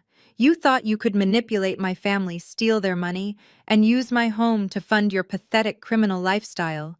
But you forgot the golden rule of accounting. Every transaction leaves a paper trail, and I have been following yours for a very long time." My mother began to cry softly, her tears dropping onto the polished wood of the dining table. It was a pathetic sound, completely devoid of the righteous anger she had displayed just an hour ago. She was mourning the loss of her wealthy illusion. She was mourning the loss of her country club status. But looking at her, I knew she was not actually mourning the relationship she had destroyed with me. "Dad," I said, turning to the broken man at the head of the table, "you told me I had 2 hours to get off your property. I am going to be much more generous than that. I am going to give all of you exactly 24 hours to pack your things and vacate my property." My father slowly looked up, his eyes red and swollen. "Morgan, please," he croaked out, his voice breaking. "Please do not do this. This is our home. We have nowhere else to go. Vanessa has a baby coming. Please, you cannot just throw us out onto the street."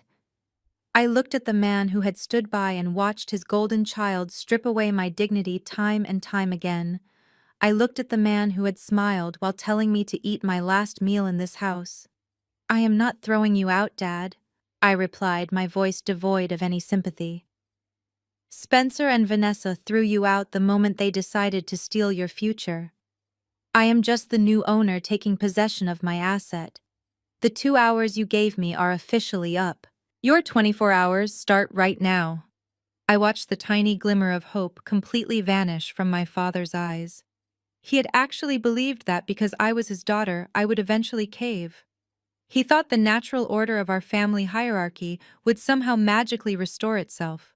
But when he looked into my eyes, he saw absolutely nothing but cold, hard resolve.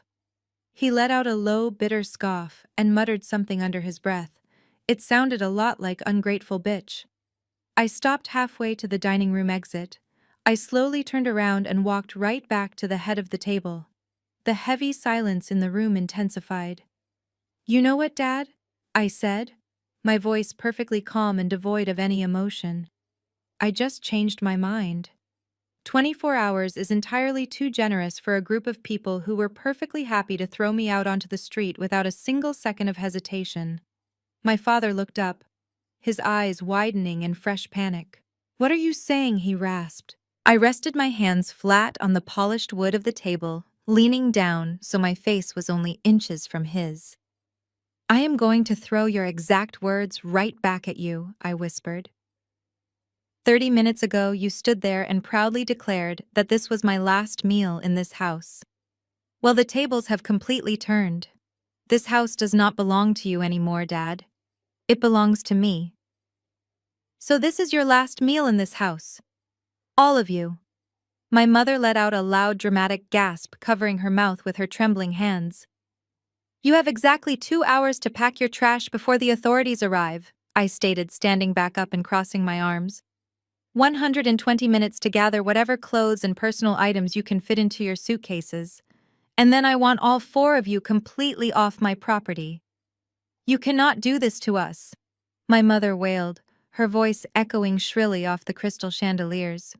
"Morgan, please be reasonable. It is dark outside.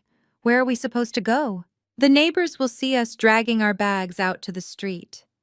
We will be completely humiliated." I looked at my mother with a mixture of absolute pity and deep disgust. Even now, standing in the smoldering wreckage of her entire life, her biggest concern was what the wealthy neighbors would think. She was more worried about the country club gossip than the fact that she was entirely broke and homeless. "That is really not my problem, Mom," I replied smoothly. "Maybe you can call some of your friends at the country club and ask to sleep on their couch. Or maybe Spencer can use his brilliant financial algorithms to magically conjure up a luxury hotel suite for you. But you are not staying here." My father suddenly slammed his fist on the table again, but it lacked the terrifying power it had earlier in the evening. It was just the weak, pathetic gesture of a defeated old man. "You are a monster," he croaked out, tears streaming freely down his wrinkled face. "You are a cold-blooded monster. We raised you, we fed you, and you are kicking us out like stray dogs." "I did not kick you out, Dad," I reminded him, pointing a finger at Vanessa and Spencer, who were both cowering near the wall. "They did. Your golden child and your perfect son-in-law stole your house. They stole your retirement. They dug this massive grave and you happily jumped right into it because you were too busy worshiping them to see the truth. I am just the person who bought the graveyard."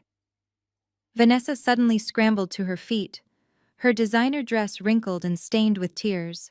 She stumbled toward me, grabbing my arm with her shaking hands. "Morgan, please," she begged, her voice cracking into a pathetic whimper. "Please, you cannot kick me out." "What about the baby? I am pregnant. I need a safe place to raise my child. You cannot put a pregnant woman out on the street." I looked down at her hands gripping my sleeve, and then I looked up into her tear-streaked face. I felt absolutely nothing for her, no sisterly bond, no sympathy, nothing. I reached over and firmly peeled her fingers off my arm. "You are going to have to figure that out, Vanessa," I said coldly, "because this estate is no longer your personal piggy bank. And frankly, you should be much more worried about how you are going to raise a child by yourself when your husband gets transferred to a federal penitentiary." At the mention of prison, Spencer let out a loud, miserable groan from the floor. He pulled his knees to his chest and buried his face in his arms, completely shutting down. He had finally realized that there was no fancy corporate loophole that could save him. His fake empire was entirely gone, and the federal agents were already on their way. My father tried to stand up to use his physical size to intimidate me one last time, but his legs were shaking too badly. He slumped back into his chair, defeated. "Morgan, please," he whispered, his voice entirely broken. "We can work this out. We are family. We can sign a lease. We can pay you rent. Just give us a chance to make this right." I let out a short, bitter laugh. "Rent?" I repeated, shaking my head. "You want to pay me rent with what money, Dad? Vanessa drained your checking accounts. Spencer drained your savings.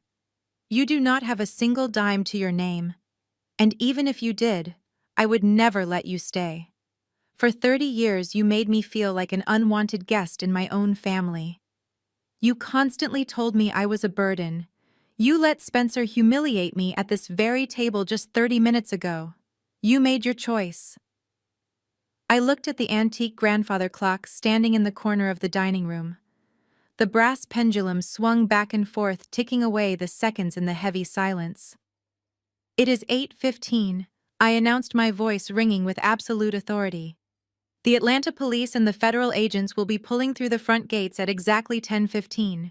If you are still inside my house when they get here, I will press charges for criminal trespassing." I took a step back, surveying the ruined family sitting among the expensive china and the spilled wine.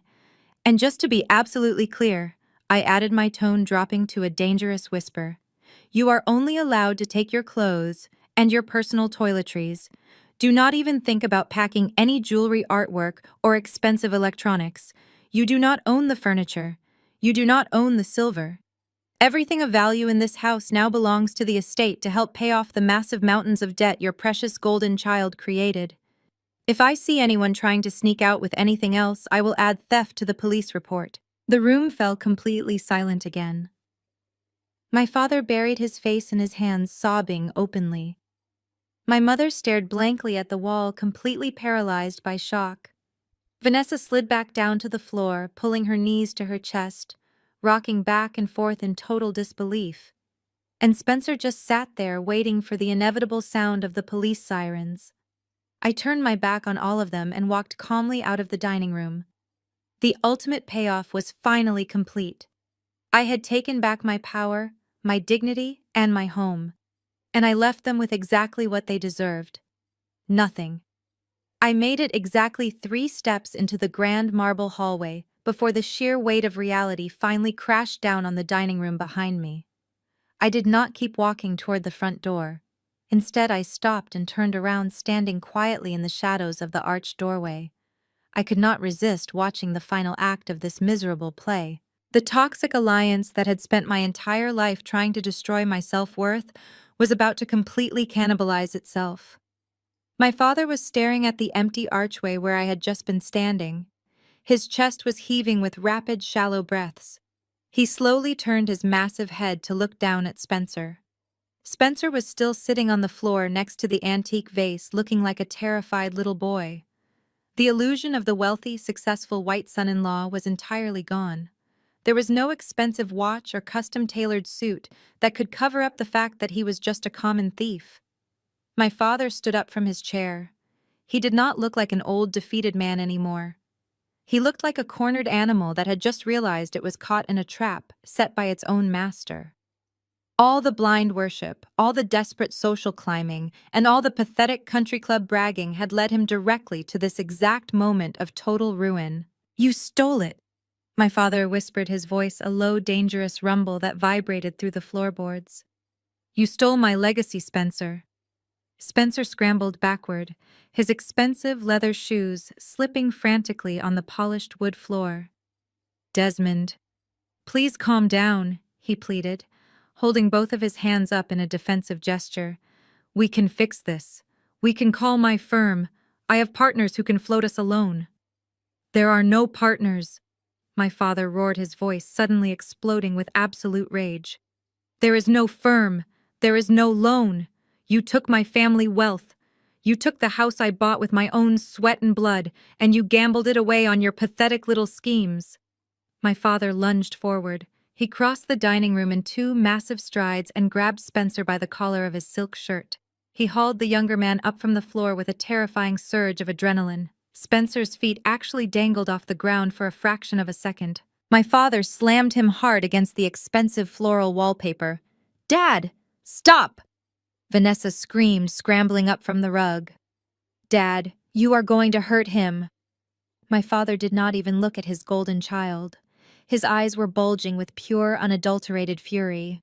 He shook Spencer violently, making the younger man's head snap back and forth. "I vouched for you." My father spat saliva flying from his lips. "I introduced you to my friends. I let you marry my daughter. I treated you like a king in my own home. I gave you everything, and you used my own name to rob me blind."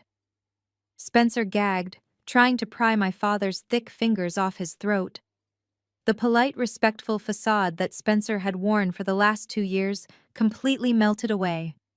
The charming smile and the corporate jargon vanished.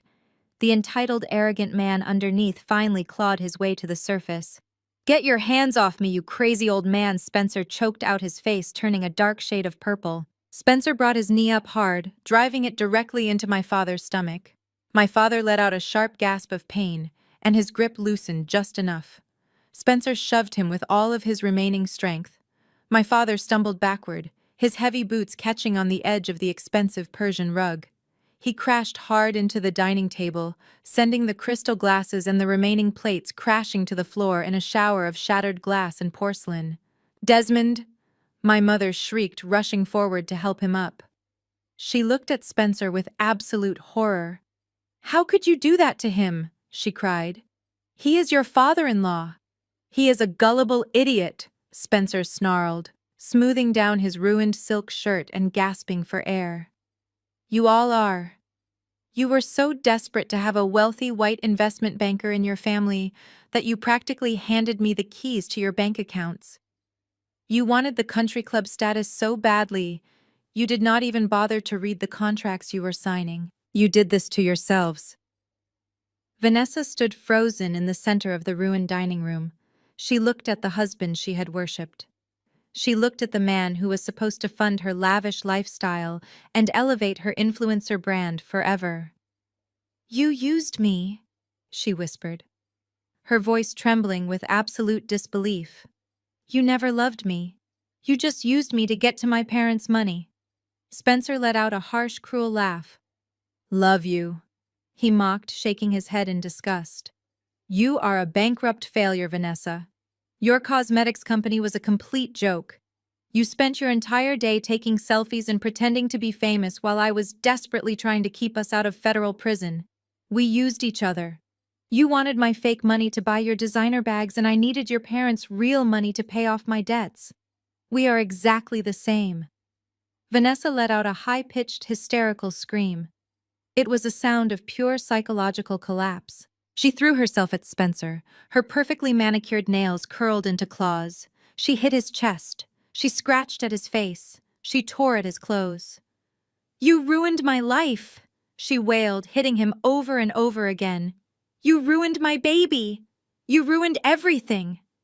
Spencer grabbed her wrists, pushing her away roughly. "Get off me, you crazy bitch!" he shouted. "Do not try to act like the innocent victim now. You stole from them too. You drained their retirement accounts to buy your stupid shoes. You are going to federal prison right next to me." The toxic alliance had completely shattered. The perfect family was entirely destroyed. They were standing in the middle of a literal pile of broken glass, screaming at each other, physically assaulting each other, and tearing each other to pieces. The unconditional loyalty they had always demanded from me was nowhere to be found among themselves. When the fake money ran out and the luxurious facade cracked, their true vicious nature was fully exposed. My father had spent his entire life building an image. He wanted the world to see him as a powerful patriarch. He thought Spencer was the ultimate prize, a son-in-law who could navigate the corporate world and bring elite status back to our family. My father had sacrificed his own daughter just to appease this arrogant outsider. And now that outsider had physically assaulted him in his own home. Spencer was not finished. He looked around at the three of them with a sneer of pure contempt. "I am not taking the fall for this alone," Spencer said, his voice echoing in the ruined room. "When the federal agents interrogate me, I am telling them exactly where the rest of the money went. I am telling them about your secret accounts, Vanessa. I am telling them how Desmond signed those papers without doing a single ounce of due diligence. We are all going down together." My father was struggling to stand up, clutching his stomach while my mother sobbed hysterically beside him. Vanessa was hyperventilating on the floor, crying over the loss of her fake empire and her impending criminal charges. And Spencer was pacing back and forth, looking at his ruined suit and his ruined life with a look of absolute panic. I stood in the shadows of the hallway, watching them destroy the very last shreds of their dignity. I did not feel a single ounce of guilt. I did not feel the need to rush in and play the peacemaker. I had spent 30 years trying to save them from themselves, and they had only ever punished me for it. Now they were finally facing the consequences of their own greed and their own arrogance. Spencer shoved Vanessa away from him one final time with such terrifying force that she slid across the polished hardwood floor. He stood up, his chest heaving heavily, his expensive tailored suit completely ruined by her scratching nails and the spilled wine. The panic that had been suffocating him for the last 30 minutes suddenly twisted into something much darker and far more vicious. The polite progressive mask he had worn since the day he met my sister completely shattered into a million jagged pieces. He looked down at the family he had systematically destroyed and let out a vicious guttural laugh that made my blood run cold. "Stop crying, you pathetic losers," Spencer spat, his voice dripping with a toxic venom I had never heard from him before. "You think you are victims here. You think I manipulated you. You did this to yourselves because you are nothing but stupid, status-obsessed black people." The horrific words hit the dining room like a physical shockwave. My father, who had been clutching his injured stomach, stopped moving entirely. My mother let out a strangled gasp, her eyes wide with absolute disbelief. Spencer paced back and forth, kicking at the shattered pieces of fine china on the rug. You made it so incredibly easy, he mocked, gesturing wildly at the opulent dining room and the crystal chandeliers. You were so desperately hungry for white validation. You wanted a wealthy white son-in-law so badly, just to parade me around your little exclusive country club, to prove to all your rich friends that you had finally made it to the top of the social ladder. All I had to do was wear a custom Italian suit, drop a few corporate buzzwords, and smile at your dinner parties. You handed me your generational wealth and your life savings on a silver platter because you were too busy worshipping the color of my skin and the illusion of my success to actually read the legal contracts you were signing. He stopped pacing and pointed a shaking, accusatory finger directly at my father's face. You thought you were a powerful patriarch, Desmond. You thought you were a brilliant man who commanded respect. But you are just a gullible old fool who sold out his own flesh and blood for a seat at a table that was never built for you. You sat here and let me disrespect your youngest daughter right in front of your face because you were absolutely terrified I would take away your precious social status. You traded your real family for a fake Rolex and a few designer labels. You disgust me. My father let out a sound that I can only describe as a dying soul leaving a body. He dropped heavily onto his knees, right there in the middle of the ruined dining room. He wrapped his thick arms around his own chest, rocking back and forth in absolute agony. The financial ruin was devastating, but this ultimate humiliation, this vile racial degradation from the man he had practically worshipped, completely broke his spirit into pieces that could never be put back together. My mother covered her ears, sobbing uncontrollably, as the horrifying reality of the monster she had blindly enabled washed over her. They had sacrificed their loyal daughter to a racist con artist who secretly despised their very existence. Vanessa watched her husband deliver his hateful tirade, her eyes wide with sheer terror. She finally realized that Spencer had no secret plan to save her. He was completely unhinged, and he was going down in flames. So she did what she always did when she was cornered. She quickly pivoted her manipulation tactics.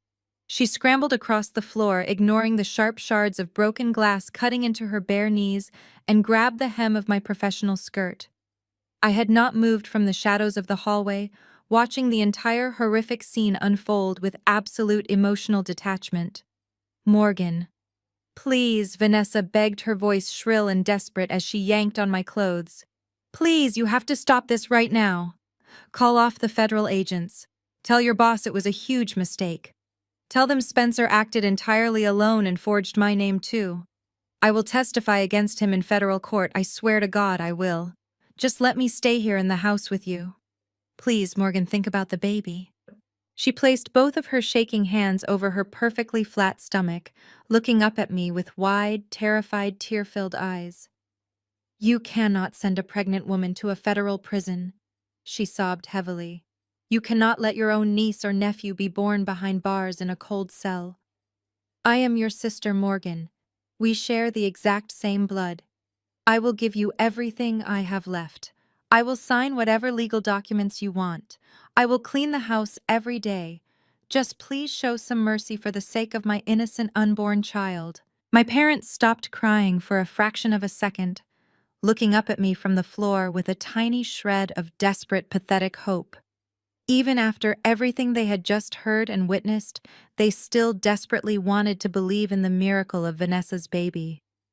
They wanted one tiny piece of their perfect family illusion to survive this absolute nightmare. I looked down at my older sister, the golden child who was currently kneeling in the dirt and the broken glass, begging for her life like a trapped rat.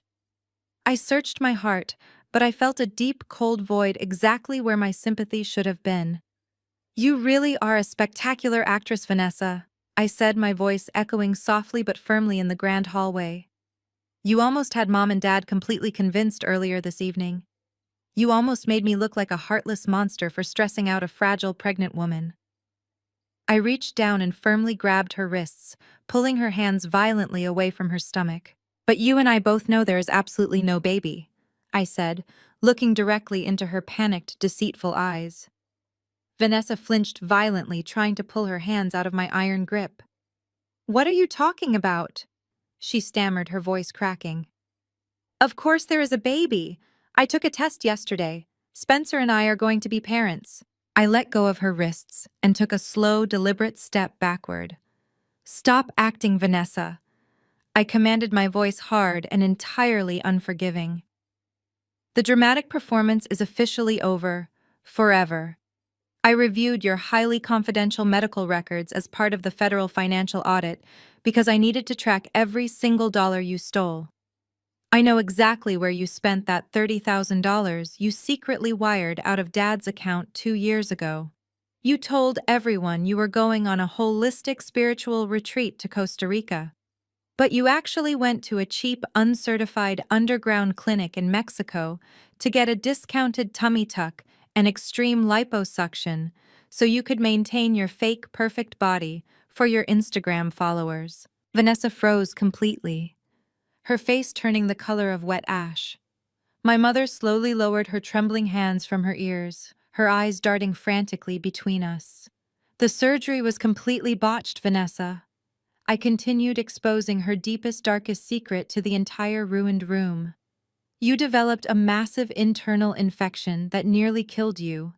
The emergency doctors back here in Atlanta had to perform an emergency hysterectomy just to save your miserable life. You have been completely infertile since you were 28 years old. You have known for 4 entire years that you can never have children." "No," my mother whispered, shaking her head in violent denial. "No, Vanessa. Tell me she is lying right now. Tell me you are really pregnant." Vanessa did not answer our mother. She just stared blankly at the floor, her mouth opening and closing silently like a suffocating fish. She had used the fake pregnancy tonight as a calculated tactical weapon. She thought she could use an imaginary child to permanently guarantee her claim to my guest house and cement her status as the ultimate untouchable victim. She never expected that I would have the official medical documents to prove she was a sociopathic liar. "You used a fake baby to try and steal my home," I said, my voice filled with absolute pure disgust. "You manipulated Mom's desperate psychological desire for a grandchild just to cover up the fact that you were robbing her blind to buy designer purses. You even bought fake ultrasound pictures online last week, just in case they asked for proof. You are not a victim, Vanessa. You are just a vicious predator who finally ran out of easy prey." Spencer let out a dark, twisted chuckle from the corner of the room, laughing bitterly at his wife's complete and total exposure. "We really are a perfect match made in heaven, Vanessa," he muttered, wiping a smear of blood from his scratched cheek. "A fake billionaire and a barren influencer." Before Vanessa could even turn around to scream back at her husband, a sudden intense flash of light cut brutally through the darkness of the large dining room windows. The bright strobing flashes of brilliant red and blue painted the interior walls, illuminating the shattered glass, the ruined fine china, and the broken family in a harsh, unforgiving glare. The heavy, intimidating wail of federal sirens pierced the quiet night air of the wealthy Buckhead neighborhood, waking up all the elite neighbors my parents cared so much about.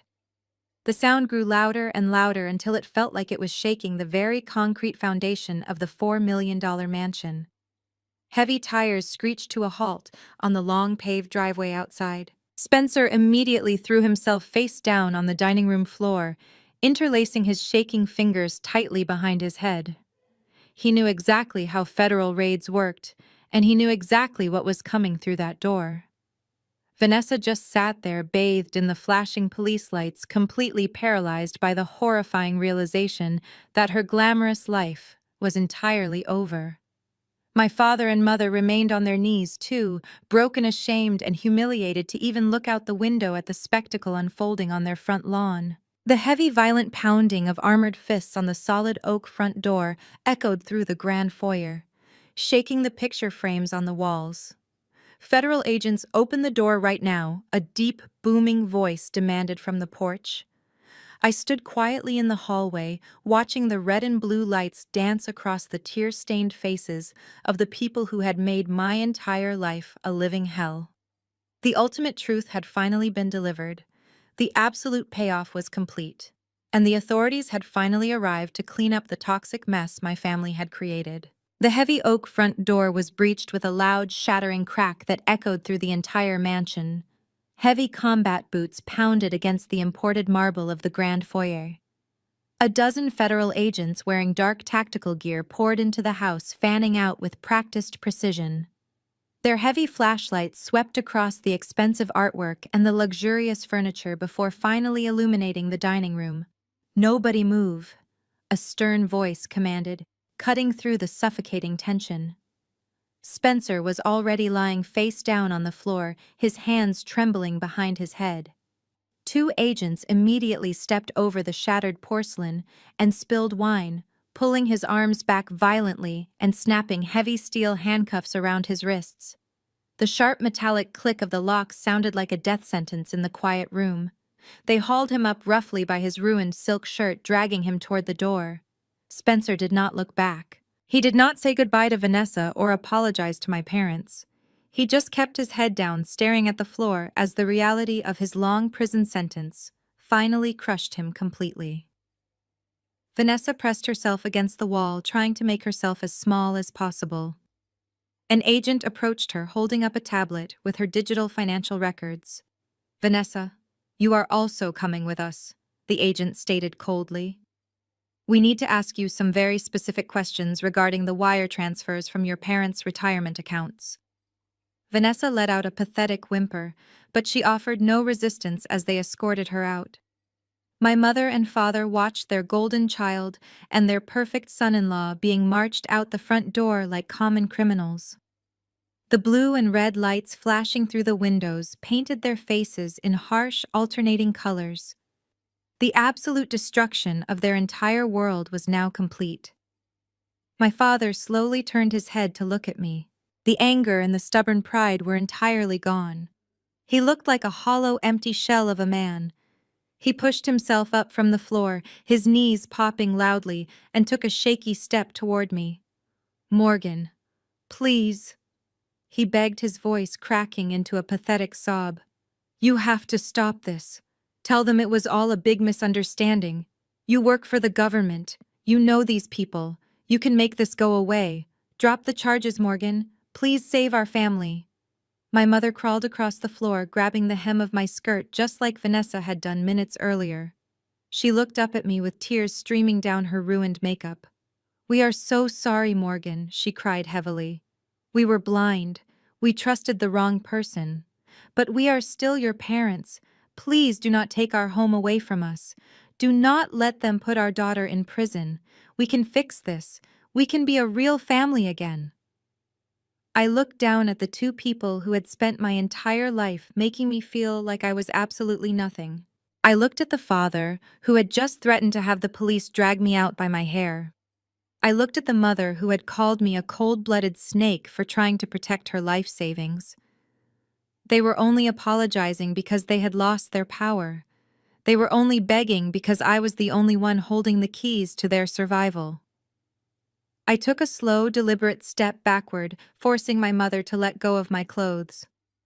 "I cannot drop federal charges, Dad," I said, my voice perfectly level and devoid of any emotion. "The government does not negotiate with Ponzi scheme operators. And even if I could wave a magic wand and make all of this go away, I absolutely would not do it." My father's face crumbled. "But why?" he gasped, holding his chest. "Why would you destroy your own flesh and blood?"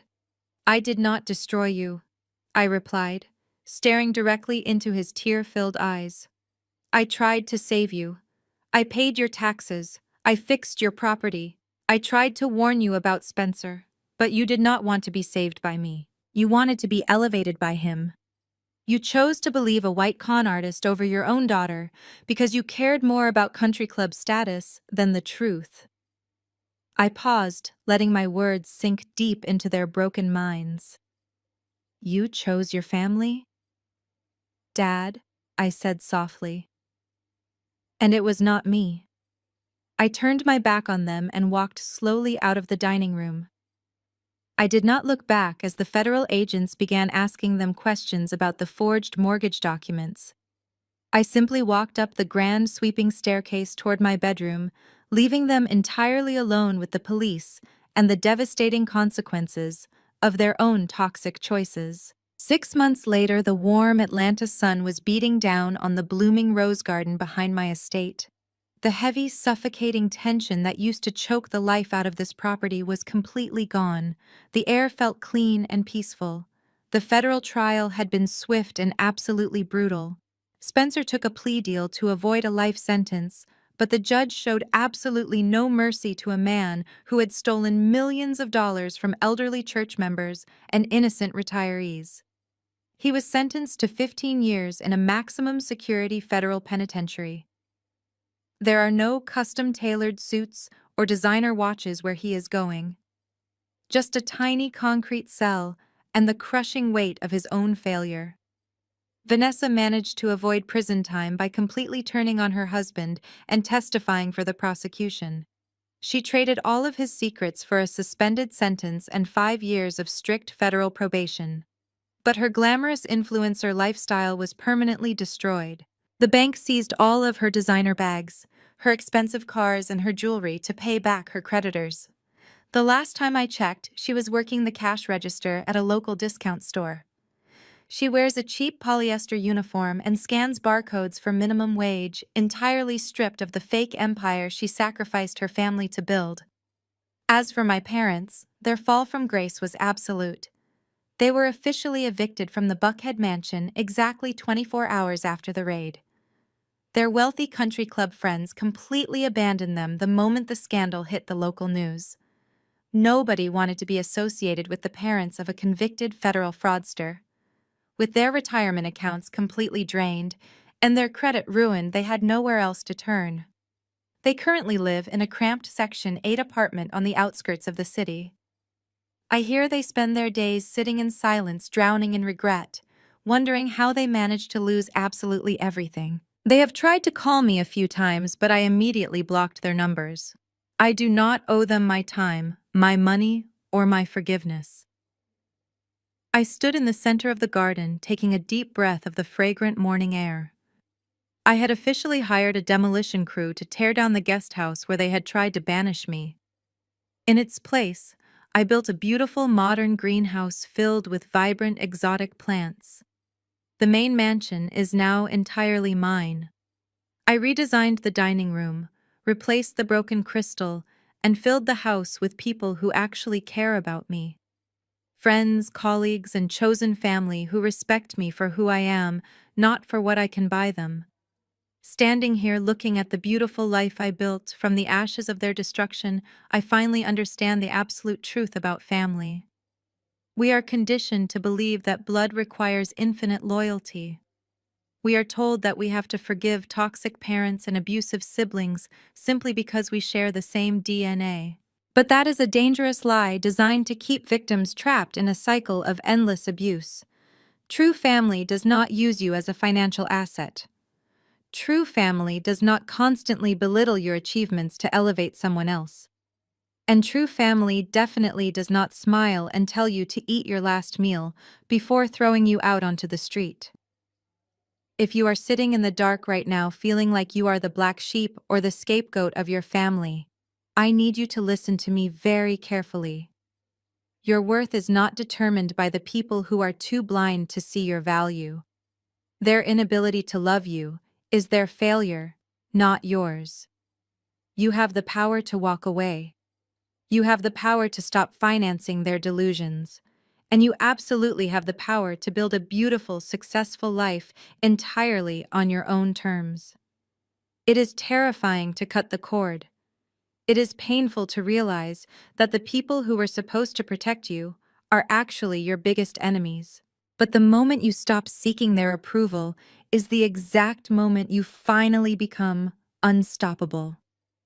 Have you ever had to walk away from a toxic family member who constantly drained your energy and your bank account? How did you finally find the courage to cut them off and choose yourself? I would absolutely love to hear your personal stories of triumph and resilience in the comments below. If my journey resonated with you today, please hit the like button and subscribe to the channel for more stories about overcoming betrayal and reclaiming your power. And if you know someone who is currently struggling with a toxic family dynamic, please share this video with them. Sometimes all it takes is hearing someone else tell their truth to realize that you are not alone, and that walking away is not a crime, it is survival. Thank you so much for watching and being a part of this community. Always remember that the best revenge is not destroying the people who hurt you. The best revenge is moving on and becoming incredibly successful without them. Keep building your empire and never let anyone make you feel like a guest in your own life.